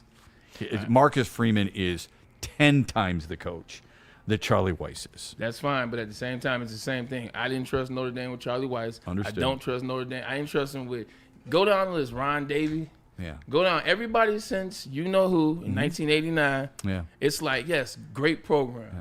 Yes, they're going to have some great players. Like, there's some really good players that have come out, including some of my best friends, Brady Quinn, most notably. Yeah. But you just don't believe in them in a national championship game. Same was true of another institution until it wasn't. That's right. Do you think that there are certain programs? I was just having this conversation with my son today. We were talking about Florida and Florida State, because Florida State's going to fire their coach. Okay, the season's over. Florida already has fired theirs in Billy Napier, and we'll get to that and your thoughts here coming up in Braylon's Six-Pack. But I want to know that there are certain programs, college football programs in America, that are still living on their reputation of the past, and that most people look at them and say, I don't think they can win a national championship. I think Notre Dame's one of those teams. Yeah. I do. I think so too. I think, and I've got a good friend who swears by Notre Dame. He was just there at the USC game. He's a huge donor to him. He absolutely loves them. Thinks they walk on water, all that other stuff. Played baseball there, and I'm glad that he's proud of his. I just don't view how they could be a national championship contender. Or am I off base there? USC? No. Notre Dame. I don't think so. With a 12-team playoff, you and I could be wrong there. That's what I was thinking Braylon's going to say. Now the 12 teams. It's about your road. Penn State, for the lack of a better, they had a semi-easy road until they got into Oregon, where they played SMU, then they played Boise State. Then they played Oregon and they got beat, and they lasted a second with them. It is about the road. It's the same thing as being in the bracket for NCAA March Madness. What region are you in? Who do you have to play? Who gets beat? Who gets upset? Do you have an easier road because somebody got upset? Now you don't have to play one of those teams that could have gave you a problem. Yeah, when and where, right? Yeah. That's why I never was a fan of this, because there's going to be a national champ soon. And I'm going to have to argue why they're not deserving. Meanwhile, they won, so they're deserving. Right. Yeah, you hate playing that role. Yeah. I mean, they won, but does Pitt deserve to be the national champ? Yeah, right. It's going to be a school like Pitt. Yeah. It's, without Tony Dorsett, Dan Marino, or Hugh Green. That's exactly what it is. Or Bill Fralick, or somebody of that ilk. Notre Dame, just so you know, has Boston College next, Navy, Pitt, the aforementioned, Syracuse, and Stanford. So they play nobody. Well, I always hesitate with that. I don't like saying nobody. I mean, Navy's pretty good this year, aren't they? Oh, yeah, they're undefeated. So I don't like saying nobody, but their road, to Braylon's point, is a little bit less cumbersome than perhaps some of the other teams. I mean, look, if you looked at a team in the Big Ten, and we talked about Michigan's road coming up next, is theirs any more daunting than Notre Dame's in your mind? Okay. No, I wouldn't say so. Right. That's why Braylon's bringing up who you're playing and when you're playing. All right, we got to take a quick time out here on the Braylon Edwards Show. When we come back, we'll do Braylon's six-pack. It's something we're going to do on Mondays now. Get his thoughts on 6 key topics, and we'll move forward from there. But first, something really key is good food. We always love it. And I don't think it gets any better than Black Rock when you've got steak and lobster for $19.99. Black Rock. It is the space for me. It's the space for you. It should be for everyone. Black Rock Bar and Grill. Check out the deals. They are limited time only, so you got to get there. You got to make sure before they're gone. Steak and lobster, $19.99. Check. Braylon's beef, $19.99 as well. Check. Limited time only, 20-ounce New York strip steak. It is for you. $14.99 on the fish and chips. Check. Shep, you say you like fish and chips from time to time. Well, you want to get them from Black Rock Bar and Grill. And remember, ladies and gentlemen, 755 degrees on the volcanic rock. I'm telling you, that's how you get the steak to perfection. Here we go. Lions win, you win. They want to get you in on the game. Lions win tonight. Tomorrow, you go to Black Rock, tell them Woodward Sports sent you, and you get a free appetizer. When Lions win, you win. Black Rock Bar and Grill, still the place to sizzle. In the words of Richard Hamilton, yes, sir. Yes, sir. When you walk through, you like that Kool-Aid. You walk through the doors at Lady Jane's. There are 28 locations throughout the state of Michigan. It is a nationwide brand. Everybody knows it. You walk in, it's Lady Jane's Haircuts for Men's, and they take care of you from the very beginning. Sign in. Next thing you know, you're in a comfy chair. You're getting a nice, warm, almost like a head massage, washing your hair. You're in the chair. You're getting clipped, and you're out the door. It is that quick. It is that convenient. It is that awesome. Lady Jane's Haircut for Men. Why do we fight? We fight to protect the innocent, to hold the powerful accountable, to bring the oppressors to justice. Why do we fight? We fight to secure and preserve our civil liberties, to get each and every one of our clients the justice they deserve, and to make the lives of real people just like you whole again. ThenFights.com. Planet Fitness now has even more best-in-class strength equipment. Join today for $1 down and save. We're stepping it up. We're not slowing down. Finding new faith. New focus. Love that new equipment smell. So, you in? Join the club today. Save when you join for just $1 down, $15 a month. Planet Fitness. We're all strong on this planet.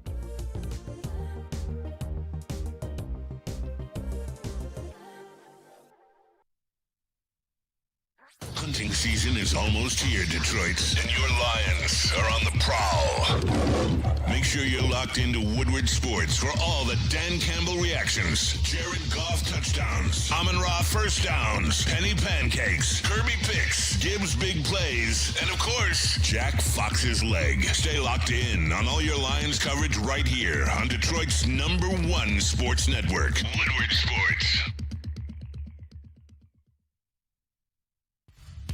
Every Sunday, there's only one place to get all your kneecapping, hard-hitting Detroit Lions coverage. Start your Sunday with the Lions Weekly Report with Broder and Terry Foster. Then, the Lions pregame show with Neil Rule and Sean Baligian. At kickoff, keep it locked in for all the emotions of the game with a live watch party with the heavyweights. Then, recap the game with the Lions postgame show with Anson. Game days, there's no other place to be than Woodward Sports. Live all game day. Go Lions. Big injuries, big news. Twice a week, Dr. Jeff Pierce from Michigan Sports and Spine joins Woodward Sports Network for the Injury Insider Report. Big D Energy Tuesdays at noon. Braylon Edwards and Shepard Thursdays at 3:30. Get expert analysis and in-depth breakdowns on the latest sports injuries from the man trusted by top athletes in the community, like D-Mac. Whether it's the Lions, Pistons, Tigers, or Red Wings, Dr. Pierce talks us through it all. Don't miss the Injury Insider Report with Dr. Jeff Pierce, your go-to source for understanding the impact of injuries on the games and players we love. Only on Woodward Sports Network. Scan the QR code on the screen or go to MichiganSportsandSpine.com to see if Dr. Jeff Pierce can help you.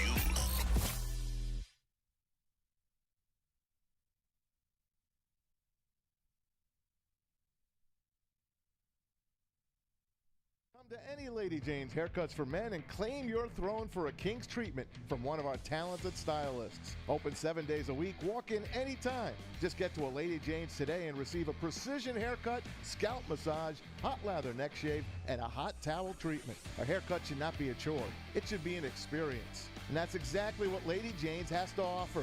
Open 7 days a week, walk-ins are always welcome. There's always a location near you. Lady Jane's Haircuts for Men, it's wicked awesome.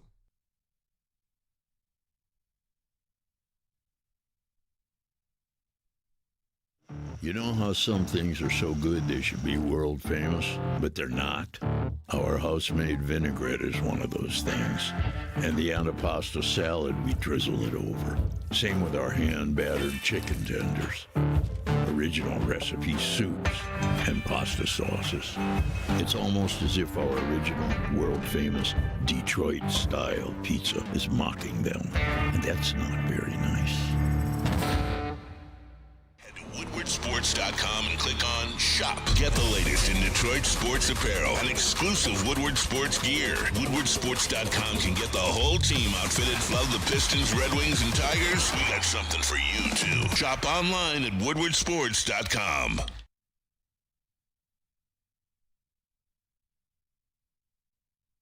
Planet Fitness now has even more best-in-class strength equipment. Join today for $1 down and save. We're stepping it up. We're not slowing down. Finding new face. New focus. Love that new equipment smell. So, you in? Join the club today. Save when you join for just $1 down, $15 a month. Planet Fitness. We're all strong on this planet.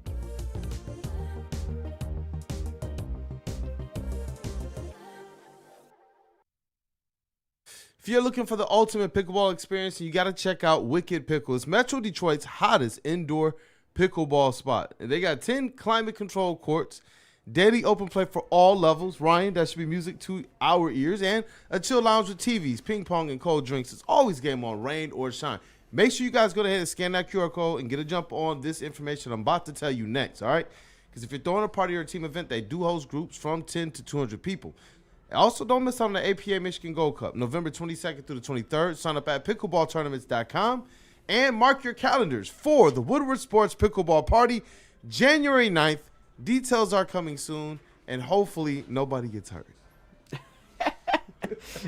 And if you do get hurt, you can always try to relax and upgrade your relaxation game. And by doing that, you can go to Massage Chair House in Bloomfield Hills, Michigan, the largest massage chair showroom in the Midwest, located near the corner of Woodward and Long Lake Road. Experience luxury comfort with Dr. Eric Duncan, the wellness doc, creator of the top YouTube massage chair review channel.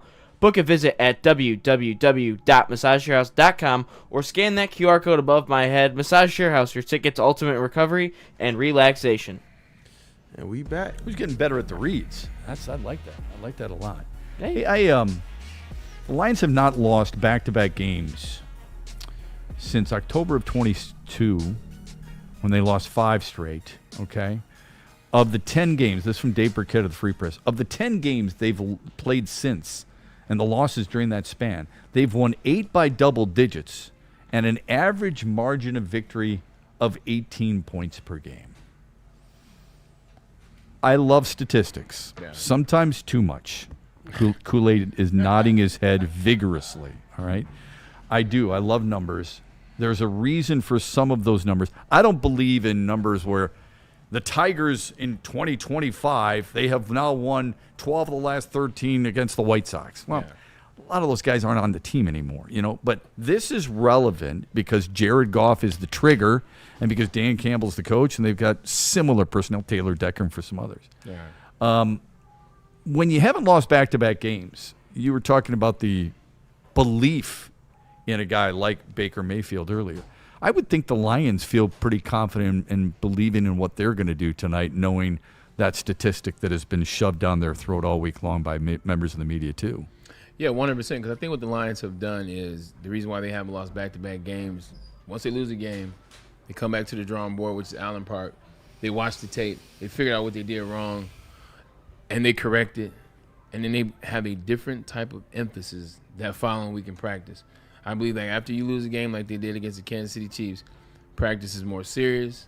It's not as lackadaisical. Guys aren't joking as much. Guys are paying attention to the formations. Guys are paying attention to the adjustments. Guys are paying attention to just the energy and making sure that everybody is on the same page. I think there's more film watched that week.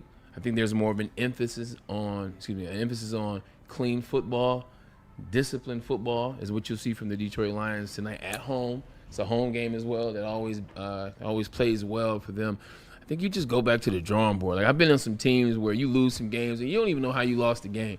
Like, you may lose a game to a less than opponent. You just didn't play your best game, started off, interception, you got behind, never got a chance to get any rhythm about yourself. Or you just had a game where you just made a ton of mistakes. Interceptions, offsides, MAs, shooting yourself in the foot, missed field goals and open spots. And so you lose the game that way.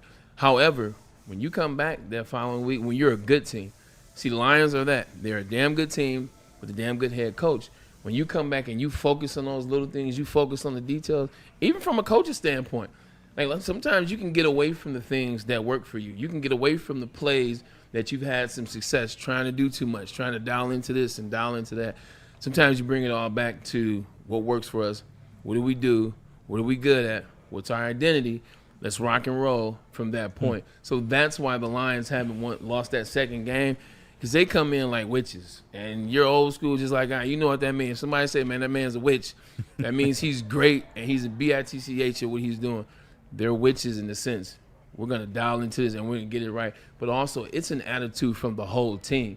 It's not Dan Campbell trying to create this, like, hey, we're going to be serious this week because we lost. No, this is Amon-Ra St. Brown saying, I'll be damned if we lose twice. Right. This is Jared Goff. This is Aiden Hutchinson. It's a player-led team. Don't you think it's more of a player-led team? 100%, because Dan Campbell, as a former player, introduced the idea. Like, he let this be a player team as long as the players bought into what he was selling and as long as they did the things that they were supposed to do, and they have for the last 5 years. Is there any concern on your part that this team looks at the bye week and says, I can't wait to get to the bye week and almost have some of those MAs more than we're used to and some of the little things that oftentimes allow them to win rather than lose? I think with most teams, you worry about that bye week. You know what I'm saying? All right, bye week's next. It's looming. I know guys are excited. Guys are trying to get to the bye week, maybe get past this game or so. But I just don't view that with the Detroit Lions. Like, one thing I've noticed about the Lions over the last 5 years, they spend majority of their time here in Michigan.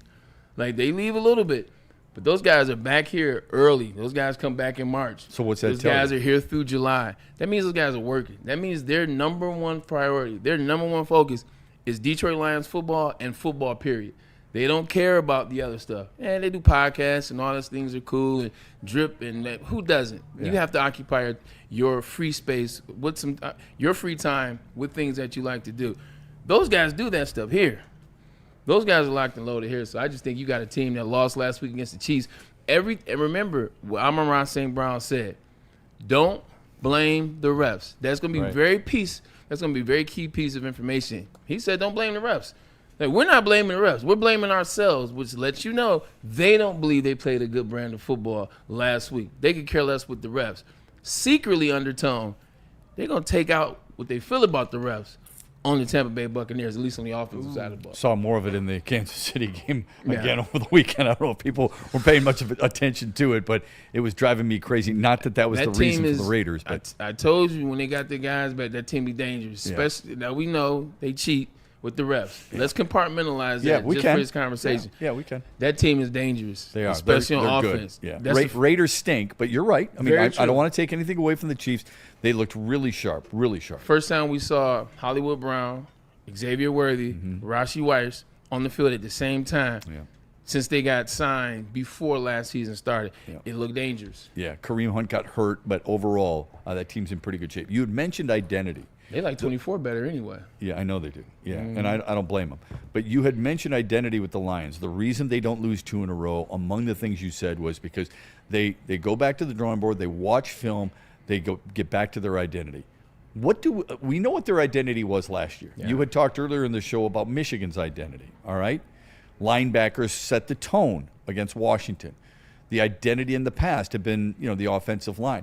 I think the identity of the Lions last year was offensive line. What's the identity, do we think, of the Lions right now? I think the identity of the Lions right now is when you give Jared Goff protection, like he'll pick you apart. And I think the Lions are using the pass to open up the run and more so runs on the outside. It's not the same exact identity. It is not mauling you up front. It's not the guys in the interior getting the runs going because you got big Graham Glasgow, Frank Ragnow, and then you have Kevin Zeitler just running guys through the middle, running between the tackles, and now you can play action pass. Now you can go on the outside and do the things. They're using the pass early on to get the run going, and then once they kind of back and forth, it's a hodgepodge type situation. Their identity is a little bit of a conundrum, if you will. I don't know what the specific identity is. I'm with you 100%. Yeah. That's the reason I asked you. I'm having a hard time. Somebody this morning on my morning radio show asked me that. What is the identity of the Lions? I can't define it right now. I could define it over the last few seasons. I can't define it right now. Should I be worried about that? Do you think? A little bit, okay. And we'll see what happens this game. I don't like the fact that we don't know that, but what I will say is they like to get up on teams early and force teams to make bad moves and make mistakes. I think they get up on teams, and that's also last year and the year before that. Now, they did it with the run game, but I think it's still that part. Get up on teams early, come out fast, strike while the iron's hot. You get up 10, 14, 14-3, 14-7, build some momentum. You do that, and then you force the other team to play behind and make mistakes on, their offensive side, and let your defense make some plays, whether it's a sack, strip, fumble, interception at a pivotal point. Get up on teams early. Like, that's what they need to do against the Bucs. You got to get up early. Yeah, I think teams, oftentimes when we identify teams, we look at one specific player on who that team is. I'll give you an example. You had mentioned San Francisco earlier and the importance of George Kittle. George Kittle made mention of it in the postgame show about Fred Warner was in attendance there and telling people, let's go, get him excited, even though he's out for the year. Did you see his backup? 48? I didn't. I was not paying attention. 10 tackles, a sack. He was everywhere. He looked like Fred Warner. You can tell he, in the sense of what he did for the game. I'm not disrespecting. Be careful. You know how much I like Fred Warner. Yeah, but don't get so sensitive about it. I'm more so saying he had 10 tackles. He had a sack. You know what I'm saying? He had a sack. Yeah. Like, he balled in a place to where his physicality and the way he flew around, it inspired the other guys for the 49ers. And that defense played real well for them. That was more so what I was saying. Yeah. Like next man up mentality. I love that. That has been the Lions' mentality. What's the temperature in the room about Taylor Decker? Do we think he's playing tonight? I thought last week, by the way, you did a great job of explaining just how important he is to this team. Yeah. People look at left tackles and they're like, oh, he protects the blind side of the quarterback. Taylor Decker's a hell of a lot more important than just protecting Jared Goff's blind side. What's the temperature feel like if he's going to play, and how important is he to this team tonight specifically? Yeah, they're the toughest position in the game, and that's the offensive line. They play through tremendous injury. They play through tremendous nagging, grueling pain, all this type of thing. I played with a guy named Ryan Tucker when I was in Cleveland. I played with 2 chips in his neck. He also had dislocated shoulder. Oh, man. And he also had torn ligaments in his ankle. Didn't miss a game that season. Wow. But this is an important game, and you talked about it 2 weeks ago when we found out Lee McNeil would be playing this game potentially. This is an all hands on deck if you can type game. This is number one Tampa Bay Buccaneers, who are a beatable team. And we've seen that all this season in terms of the teams that have hung in there. Couldn't get it done with the exception of one, but they're a beatable team. They got some injuries, and this is a necessary game for the Lions. They're not trying to lose 2 in a row, especially one of those being at home. So Taylor Decker, he's your leader. He's a guy that leads. He's a guy that when you feel his presence in the huddle, okay, Big Taylor's in there. Jared Goff feels more comfortable. The offense feels more comfortable when you see one of your staples. He's the oldest tenured Detroit Lion, and he's the oldest guy on that offensive line. On that offense.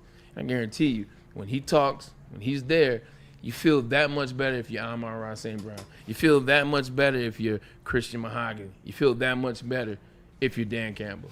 So you feel that much better if you're Jared Goff too. He's gonna play. Yeah, that's good news, and I think that's really important. And then of course you get next week off, so that's a bonus. You mentioned Tampa.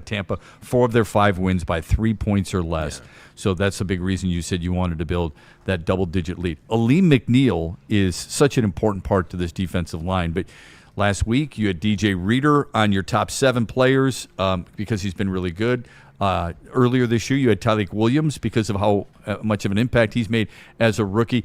How many snaps can we expect, do you think, from Aleem McNeil, considering this is his first game of the season? No more than 15. No more than 15. And 15 is, I think 15 for the big fella coming back week 6 off the torn ACL, which happened in October, early November. Yeah, I'm thinking 15 snaps. Okay. So I'm thinking the big fellas for the Lions have played well up front. Now, they're not Aleem McNeil. They can't do that. They're not as athletic as he is. They can't move like he. They can't cause the disruption that he does in the middle of that line.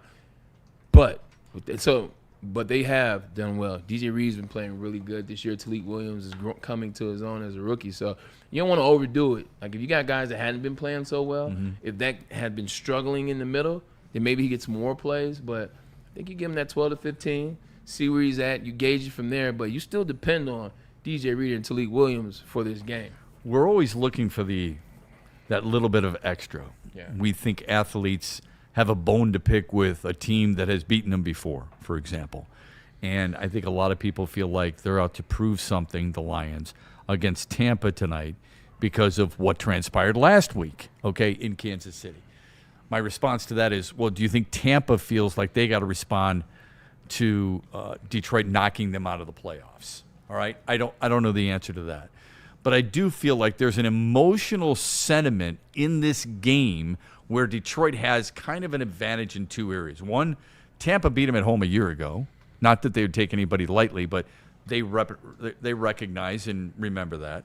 And 2, yeah, I think all the talk early, especially early in the week, through Wednesday, even Thursday, of the NFL's their memo about punching the football loose and using Jack Campbell as an example, and then seeing what took place and having NFL films that you and I talked about. By the way, T.J. Hawkinson said something very similar to Minnesota when he had a touchdown overturned. His was more of a catch than Travis Kelce's was against Detroit. I think there's something to that. And even though emotion can only take you so far as an athlete. Yeah, 100%. That'll be part of the conversation a little bit. Maybe Baker mentions it. Maybe Todd Bowles mentions it. Hey, this is the same team that put us out 2 years ago, et cetera. Same thing. Dan Campbell, same thing. Hey, now you remember, guys, they did come here, beat us at home last year. We were riding high, and we lost to this team. So there will be a little bit of that. But the Tampa Bay Buccaneers will be prepared because the same thing we're saying about the Lions and how they're going to be prepared because of what happened with the refs, and there's a secret undertone. Todd Bowles knows, hey, look, fellas, they're trying to come in here. This is going to be their get-back game. They're at home. They're mad at the refs. They're mad at the world. It's Detroit versus everybody. Let's not buy into that. This is still the Detroit Lions versus the Tampa Bay Buccaneers. I don't care what happened to them a week ago.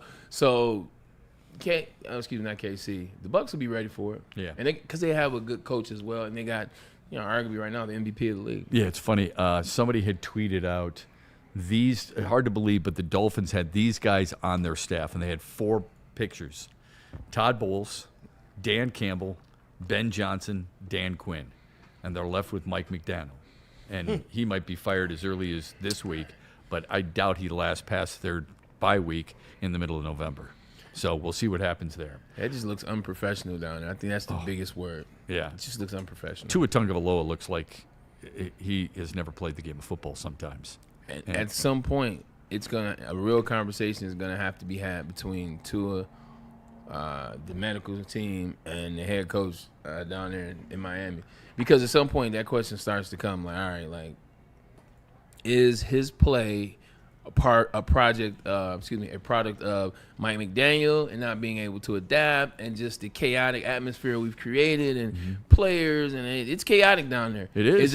Is it a process of that, or is this a product of injury after injury, concussion after concussion after concussion? And the thing about his concussions, they weren't like hidden concussions and secret concussions to where only his team knew. Like, the whole world saw it. Yeah. Like, we saw each and every single time Tua got knocked out and couldn't move an arm or leg, and this stuff looked scary. When you have analysts on TV saying, oh, my gosh, and they're expressing their concern, you know it's a problem. And then at the podium yesterday, Mike McDaniel said he's basically open to all options with every position, even though he was looking down the entire time, and creates absolutely no confidence whatsoever. I still don't know how he quite got the job, but the Tua Tagovailoa thing has been an absolute disaster. We're looking forward to your super chats. Looking forward to the chats for sure. We'll get to that when we come back a little bit here on the Braylon Edwards Show as we continue to roll on a Monday Night Football Monday afternoon episode of the Braylon Edwards Show. Well, Les Stanford Buick GMC is a champion in their own right. The 2025 Hummer EV SUT lease special continues to ride throughout the streets of Metro Detroit and all around this great state. Check it out. $599 a month plus tax. Maybe that's a little too big for you. You want something like a Cadillac? Well, they've got one for you. They've got the 2025 Lyric SUV lease special. It's only $489 a month plus tax. Or something a little bit more economical for you, the 2025 Equinox EV lease special that's going on right now. My daughter has that car. $229 a month plus tax. No matter what, no matter your budget, they've got something for you, and the inventory is vast. As big as, well, Jared Goff's options on offense. All you got to do is go to their website, lesstanford.com, and find the vehicle that's right for you. Here at Woodward Sports, we partnered up with Jack's Car Wash because we want to make sure you guys have the opportunity to get the best car wash in the state. On a beautiful day like today, it may be cold outside, but that sun is shining. You want the whip to be shining too, man. Take it down to Jack's Car Wash. We'll even get you a free car wash. You see what it says. I don't even have to read that for you. Get a free car wash. Start there. Text WSN to 888-522-1729. Join the unlimited plan and take advantage of all the perks of being a member. Watch at any of our 40 locations just twice a month. And then also, the membership, it pays for itself because you can do all the things. Go to www.jackscarwash.com today. Big injuries, big news. Twice a week, Dr. Jeff Pierce from Michigan Sports and Spine joins Woodward Sports Network for the Injury Insider Report. Big D Energy Tuesdays at noon. Braylon Edwards and Shep Thursdays at 3:30. Get expert analysis and in-depth breakdowns on the latest sports injuries from the man trusted by top athletes in the community, like D-Mac. Whether it's the Lions, Pistons, Tigers, or Red Wings, Dr. Pierce talks us through it all. Don't miss the Injury Insider Report with Dr. Jeff Pierce, your go-to source for understanding the impact of injuries on the games and players we love. Only on Woodward Sports Network. Scan the QR code on the screen or go to MichiganSportsandSpine.com to see if Dr. Jeff Pierce can help you. Planet Fitness now has even more best-in-class strength equipment. Join today for $1 down and save. We're stepping it up. We're not slowing down. Finding new face. New focus. Love that new equipment smell. So, you in? Join the club today. Save when you join for just $1 down, $15 a month. Planet Fitness. We're all strong on this planet.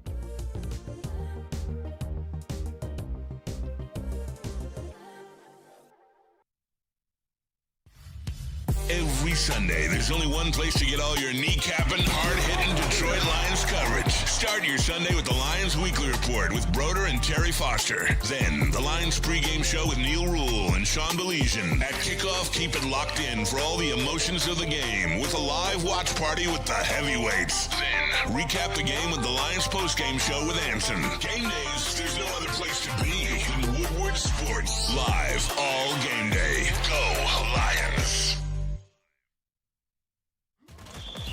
Super Bowl parade in Detroit will be one for the record books. Detroit just does it different. Woodward Sports, your official Super Bowl or bust Lions network. Caesar Sportsbook, the official sportsbook of us here at Woodward Sports. And if you're looking to place any bets on the Detroit Lions today, hey, make sure you bet on the Lions money line in this one and use code Woodward1000. You get your first bet back if it doesn't hit, which if you bet Lions money line, it's going to hit regardless. And you can bet up to a maximum of $1,000, minimum bet of just $20. Download the Caesar Sportsbook app today, the official sportsbook of Woodward Sports. Use code Woodward1000 or scan that QR code on your screen. And we back. Let's get to some super chats and some key chats in there that Kool-Aid has flagged for us in the first hour and a half before we get to Braylon's six-pack. Go ahead. Hey, definitely. You know, shout out to Rando Smalls, one of our just most consistent people in this chat. He has the crown for number one top fan. Sent in this super chat. Says, Mr. Edwards, that shirt is fire. I appreciate that, man. 100%, man. Shout out to John Hughes, Pro Sports Zone. You can pick up yourself one as well. I looked at it, I was like, you know, for a green with a little cream, I said, that's not bad. I can throw on my Detroit Pistons hat. You know what I'm saying? A little green, a little orange. I'm very into, like, the fall. Looks good. Fall neutral colors. You feel me? Yeah, I really like it. I appreciate that, Randy. Yeah, that's a good-looking, that's a well-timed super chat. Anything else in the chat family that you want to get to, Kool-Aid? Yeah, you know, I'm looking at a couple chats here from the people as it relates to this Bucks and Lions game. And Clem Vincent says, personally, he's looking forward to Kendall Vildor, covering J-Mo. Great guy, but I watched him get beat by speed for years. Good. Let's hope it happens again tonight. Yeah, like everybody always make excuses. We're talking about, oh, the ball health is face mask. I mean, you can't help that and blah, blah. I don't want to hear it. Like, it's time to get cooked. I can't wait. Yeah, and we got some. They're confident, man. Gritville USA says, when the Lions, not if, he's not even asking a question. He's just letting you guys know. When the Lions put Tampa Bay down, they got the bye, and they should get some bodies back going into November and December. He said fresh troops will be coming back every couple weeks, but I do believe this highlights just how important a game this is. Obviously, every single one on the schedule is. This is one that is in the NFC. This is one that you believe you may be battling with later, and I believe getting that edge early. That's right. Could be a tiebreaker situation a little bit later on. What makes people so confident in the Detroit Lions? They're confident, man. I didn't say they weren't. The question is why. Yep. Like, what makes the Detroit Lions fan? You can maybe answer that question, Shepard. Like, why would the Lions fan base be confident about this game against the Tampa Bay Buccaneers? I think it's a number of different. That's not an asshole question. No, I know. No, it's not. Absolutely, it's fair. I mean, people are probing. I think a lot of it has to do with the fact that they haven't lost back-to-back games since 2022, so there's a belief there. Okay. Let's face it. They like to every home fan base, this is not unique to Detroit, feels like they're difference makers. Yeah. Okay, so being at home really helps. I think they also look at the Lions as a team that is pissed off from last week because of what happened with Kansas City, and they truly believe in this offense. I mean, I think this offense is really tough to stop. I was watching, yesterday was awesome. You wake up in the morning and you're watching the Rams play Jacksonville. Now, Jacksonville's, they might as well just have a training camp in London, for crying out loud. But the Rams offense was just, in the first half, you had mentioned it earlier, so precise. I look at the Lions offense more oftentimes than not the same way. And I think people are captivated by really good offenses. And let's face it, finally, with Alim McNeill back, they agree 100% with you. Right. In order for Detroit to have a chance against Tampa tonight, they've got to pressure Baker Mayfield, but get to him and take him down. It becomes what many people would say a little bit easier, quote unquote, for a guy like Aiden Hutchinson or Muhammad or Barnes, knowing that Alim McNeill is going to be in there no matter how many possessions he plays. I was also going to say something as well about the defense that they ran against Lamar. And I get the level of running threat that he presents. Yeah. But when I thought about that game in which the Bucs last beat the Lions, they lost contain a couple times. Like it seemed like they had the right game plan against his arm, but there was a couple times when his legs got to moving, got out of the pocket, and I remember that one. I don't know why the broadcast did this, but that one juke move he put on and for the touchdown, and they played the Barry Sanders juke move for a touchdown and all that. But that's what he can do for them, and I'm hoping that they have some type of plan dialed up, especially if you're getting a lean back. You're beefing up that middle. Maybe you can allow your linebackers to play a little bit more spotlight. I'll leave that to Mr. Braylon. No, that's fine. My only concern about that is you mentioned a Baltimore game. You mentioned how they played, and it made me think of one play in particular that came up, right? There was an infamous play that we broke down where Jack Campbell does the fake jump. But look how many people were involved in that play that are not here. You look at who was covered in the back. Zay Flowers was covered by Brian Branch. Right. DJ Reed is the second person to jump over Jack Campbell. When he jumped, Lamar Jackson had nobody to throw to. Amik Roberts was also in that play, covering. Terry and Arnold was also in that play, and for Kirby Joseph was in that play, but Terry and Arnold also wasn't pass interference or holding. He's playing damn good defense. None of those guys are playing. Right. You take all four guys out of that play. That's a touchdown. So I'm glad you brought that up because this is what I've been waiting to ask you all day, and I wanted to wait for the right moment. Yeah. Not which guy are you concerned about losing the most, because they're all equally there.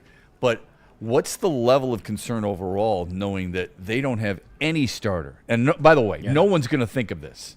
Down the road when Detroit plays a team after the bye week or whatever, down the road against Green Bay, they're going to look back. Oh yeah, but Detroit was missing their entire defensive backfield. How come we don't think of that very often, like we do about Kansas City 2 years ago? But overall, how much of an impact can you even describe the impact that has for Detroit tonight? No, because you're legitimately taking let's just start with Brian Branch. He's an individual that can cover. He's an individual that can rush. He's an individual that just knows how to make the play when the play is there. Like, you find him making a lot of plays that he makes up. He makes them in the moments that he's supposed to make them. He also blitzes and gets home. And that's why I said guy that can rush. So 100%, that's a guy. Kirby Joseph. Oh, and going back, he can tackle. He does not miss tackles. Go down to Kirby Joseph. He's one of the best tackling safeties in the NFL. And not to mention, he is a ball hawk. Not to mention, in the back, he is the quarterback. Brian Branch may be my favorite safety of the two. But make no mistake about it, Kirby Joseph is the quarterback in that secondary. And then Terry and Arnold and DJ Reed. DJ Reed's a DB1 in this league. Well, he's DB1 for us. Yeah. And he makes some plays. He holds receivers at bay from time to time. And for whatever you want to say about Terry and Arnold, he's very aggressive. And at the end of the day, that gets annoying to wide receivers. And he's also a damn good tackler. So you're talking about rushing. You're talking about getting home. You're talking interceptions. You're talking about tackling, open field tackling.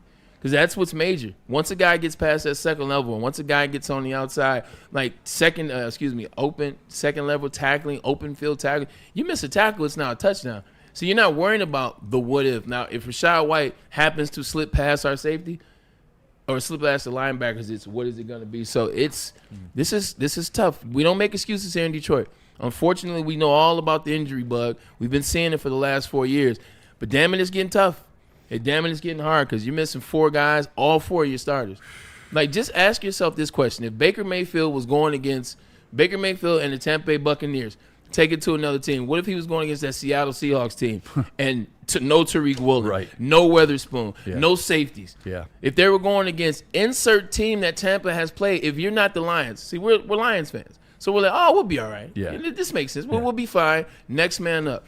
Act like this wasn't the Lions and the Tampa Bay Buccaneers were going to play the Cincinnati Bengals. Let's say Joe Burrow was playing. Well, I guess you know what? Joe Flacco's balling. Yeah. Yeah. No, you're 100%. You know what? You know what I love most about? You said they're great tacklers, and they are. That's underrated by them. Here's what we've got going on tonight. Second Best Bar tonight is hosting the ice-cooled Sun Cruiser vodka iced tea pregame show, if you will. And our friends are there, including KG and Anson and Neil Rule. And, KG's standing by. We got Mr. Elite himself, Neil Rule. Oh, Neil Rule is. I'm sorry, Neil. We got the man right chair, as Mr. used to say. What's going on down there, man? Sorry to disappoint you, Shep. Yeah, it's just me. KG's not here. Sorry to disappoint you. No, I got a smile. All they do is argue anyway. Yeah, I got a smile on my face. Don't worry about it. What do you got on tap tonight? What do they got going on down there, and why people should be headed to the Second Best Bar downtown? Myself and Sean Baligian will be on. Number one, Sean Baligian and I will be on here from 4 to 6. No, but they're opening the doors right now. We got the specials going on and all that stuff. So come on down here. You're coming down here to to quote get it in before the game anyway, because you got like Bray, you and I have been done the stands before. You got to get down there. My good friend Sean Baligian's down here. The Sun Cruisers will be flowing. You know that. The good folks at Tullamore Dew Irish Whiskey, Ben Johnson Law, all of our sponsors are on board, and we're on board, ready to break down Tampa Bay and Detroit. Neil and Sean, do me a favor. Talk to people off the ledge for Detroit, and as it relates to the secondary being out. No DB1, no DB2, no safety 1, no safety 1B. Talk them off the ledge, please. I mean, Braylon, look, I'm not going to be one of my friend Sean Baligian pioneered this. Looking back on last year, we got a little ignorant, as we would say out there. We did with the injuries that were on. Yeah. Bray, it's going to be a factor. I'm not going to sit here and tell you it's not. Can you control things offensively? Yeah, you can control things offensively. You can run the football and those types of things. It's going to be a factor. Dude, Bray, we did a segment on the show today on Big D Energy, getting to know your defensive backfield.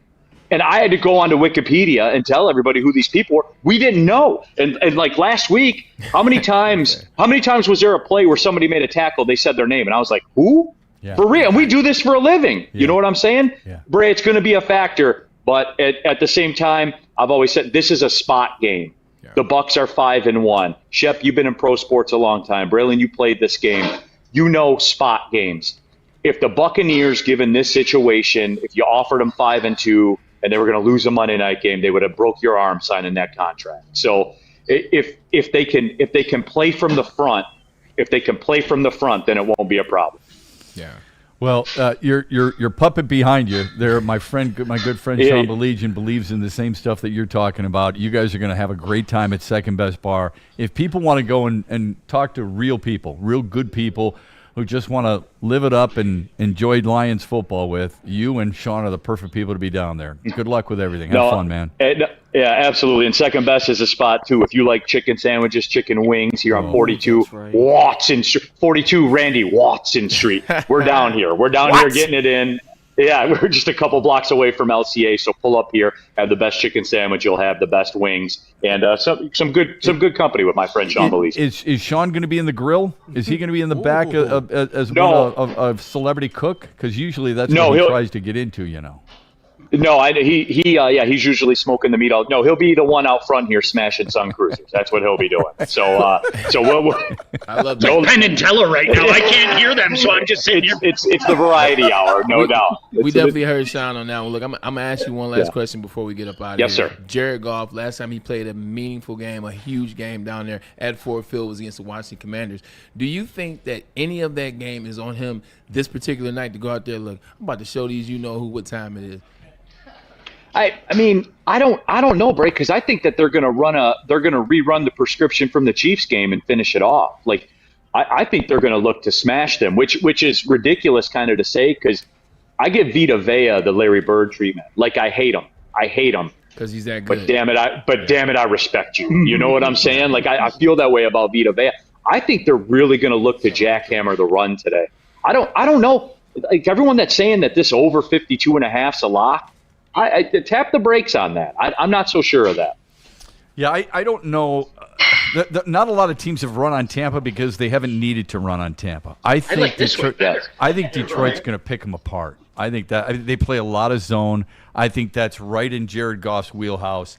I'm not so sure the running game is necessary. I think Detroit's going to do a really good job through the year. Either way, you guys are going to do a great job down there at Second Best. Thanks for taking some time for us, man. We appreciate it. I'm on the way. Love you guys. Be good, man. You and Sean have a great time down there, Neil.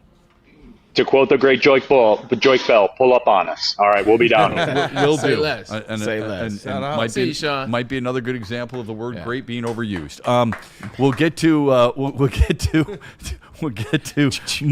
more super chats, and we'll get to more super chats, and we will get to the mailbag when we come back after a brief timeout. Good stuff from down there from those guys, our teammates, Sean Baligian and Neil Rule. First, a quick timeout, then back with more, and the conclusion of the Braylon Edwards Show. You know how some things are so good they should be world famous, but they're not? Our house-made vinaigrette is one of those things.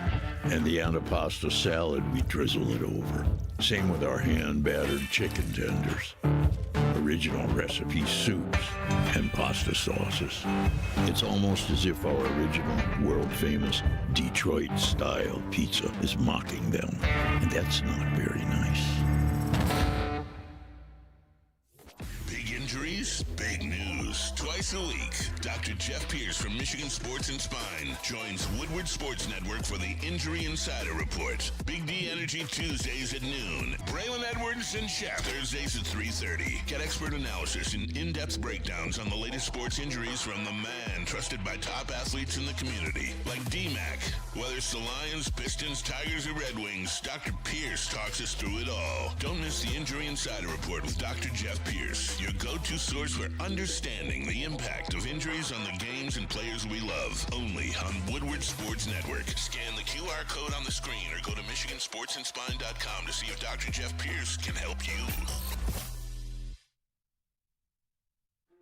Why do we fight? We fight to protect the innocent, to hold the powerful accountable, to bring the oppressors to justice. Why do we fight? We fight to secure and preserve our civil liberties, to get each and every one of our clients the justice they deserve, and to make the lives of real people just like you whole again. ThenFights.com. Stop searching for a vehicle and start finding one.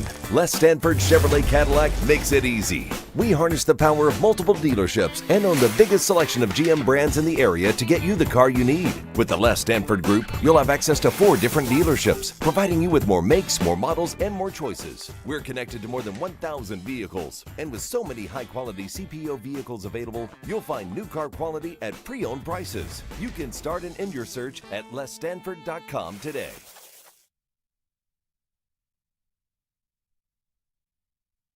Head to WoodwardSports.com and click on Shop. Get the latest in Detroit sports apparel and exclusive Woodward Sports gear. WoodwardSports.com can get the whole team outfitted. Love the Pistons, Red Wings, and Tigers? We got something for you, too. Shop online at WoodwardSports.com. You know, Braylon and I were just talking about. We've been talking about football all day, and for good reason. I mean, the Monday night game. We didn't bring up the Shohei Ohtani Friday night 3 for 3, 3 solo homers, 10 strikeouts at 6 innings performance. Right. Trying to put that in perspective, it's tough to do. One of the things, and we're gonna do it tomorrow. We'll do Braylon's 6-pack, not to give it too much away, but one of the things was one of the questions was what was more of an impressive performance so far in the playoffs? What Shohei Ohtani did, or what Vladimir Guerrero has done? And Vladimir Guerrero, in case people are wondering, he's got 6 home runs and only 2 strikeouts. He's hitting well over 400. He is, he's been a massive reason why Toronto was forced to Game 7, and I'm looking forward to Game 7. Kevin Gausman against Brand Wu, but that Shohei Ohtani performance is just, wow, right? That's all you can do. Wow. Yeah, there's 2 answers to that. If you're talking about the elongation of the playoffs, it's not close. What Vlad doing is ridiculous. So Vlad would be one. Just in one game, I've never seen anything like that. Now, I would have to go back in the annals, but there's nothing that can compare to this. There's only one athlete that I think could have done something to where you could compare it to. And it ain't even Babe Ruth, and I use aim for effect. It would be Wilt Chamberlain.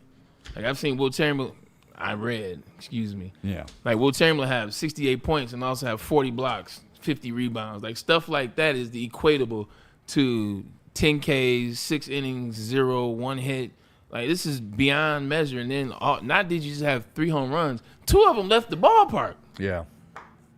Yeah, he's such a unique player. I actually think the answer would be, to be honest with you, would be Babe Ruth. Babe Ruth, before he was a Yankee, pitched for the Red Sox in 1917 and pitched 14 innings of shutout ball. Okay, but how many home runs did he have? He went 0 for 5. I was just about to say he went 0 for 5. So it's different, right? But he would be the answer because they're unicorns.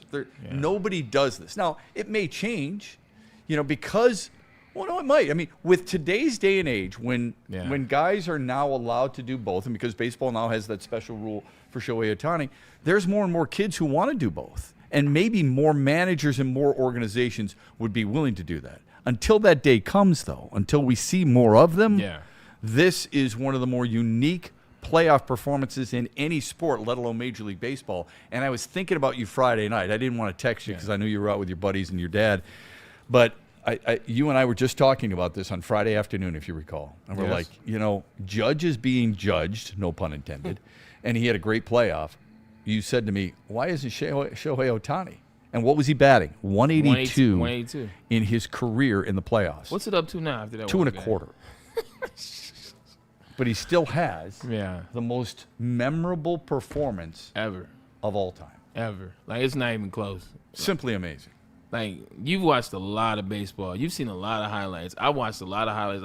I can't even put it into words because I always wondered this, Shep, because when you play Little League baseball and then high school baseball, there's a lot of people that pitch and hit. There's a lot of individuals that pitch and hit, but once you get to college, tapers all the way off. You may have a couple Tom Glabbins here or there, but you're not going to have a Shohei Ohtani to the point where not only are you hitting the ball 500 feet, you're also throwing 100 miles per hour consistently like it's nothing after just hitting 2 home runs. Right. And then you hit another one. And then you come back. And so it's one thing like Tom Glavine. Like Glavine goes up there, hits a home run, once every 2-3 years. Is a decent batter, is a great pitcher. Shohei is arguably the best of both. It was amazing. He walked the first batter, then struck out the side. I mean, you're going, holy crap. Like, I'm a big fan of Bob Gibson in 1967, started 3 World Series games, threw complete games, and won them all. 1968, Mickey Lolich did the same thing. And Lolich hit a homer in the series. And we're like, whoa, yes, how about that, huh? That's something else. Our pitcher did that and hit a homer and beat you in the final game. This dude hit 3 home runs. Bartolo Colon hit a home run. It was. Yeah, that's crazy. It really. It doesn't make you. It makes you become an even bigger fan of sports. Can I ask a question? Like, if you're in the batter's box, for these individuals, the 10 of them that struck out by Shohei, when you're in that batter's box, what is your thought process? Are you looking at this like, man, can't relate, I'm not about to strike out him, or are you looking in Marvel, and by the time you realize that you're in the batter's box, the ball's already in the catcher's glove. You're like, man, that's crazy. Shohei's on the damn, threw the ball already. Like, well, how about this? I wouldn't be able to focus if I'm being honest. To your point, this now is the talking point about Shohei Ohtani, and rightfully so. The previous 7 playoff games, he was 3 for 29 with 14 strikeouts. And everybody else. Right, exactly. It's Will Smith, it's Mookie Betts, it's Tommy Edmonds, all those guys. But to put it in perspective, Kool-Aid's going to roll his eyes a little bit. There have been 1,550 pitchers to strike out 10 batters or more in the history of the sport. Okay.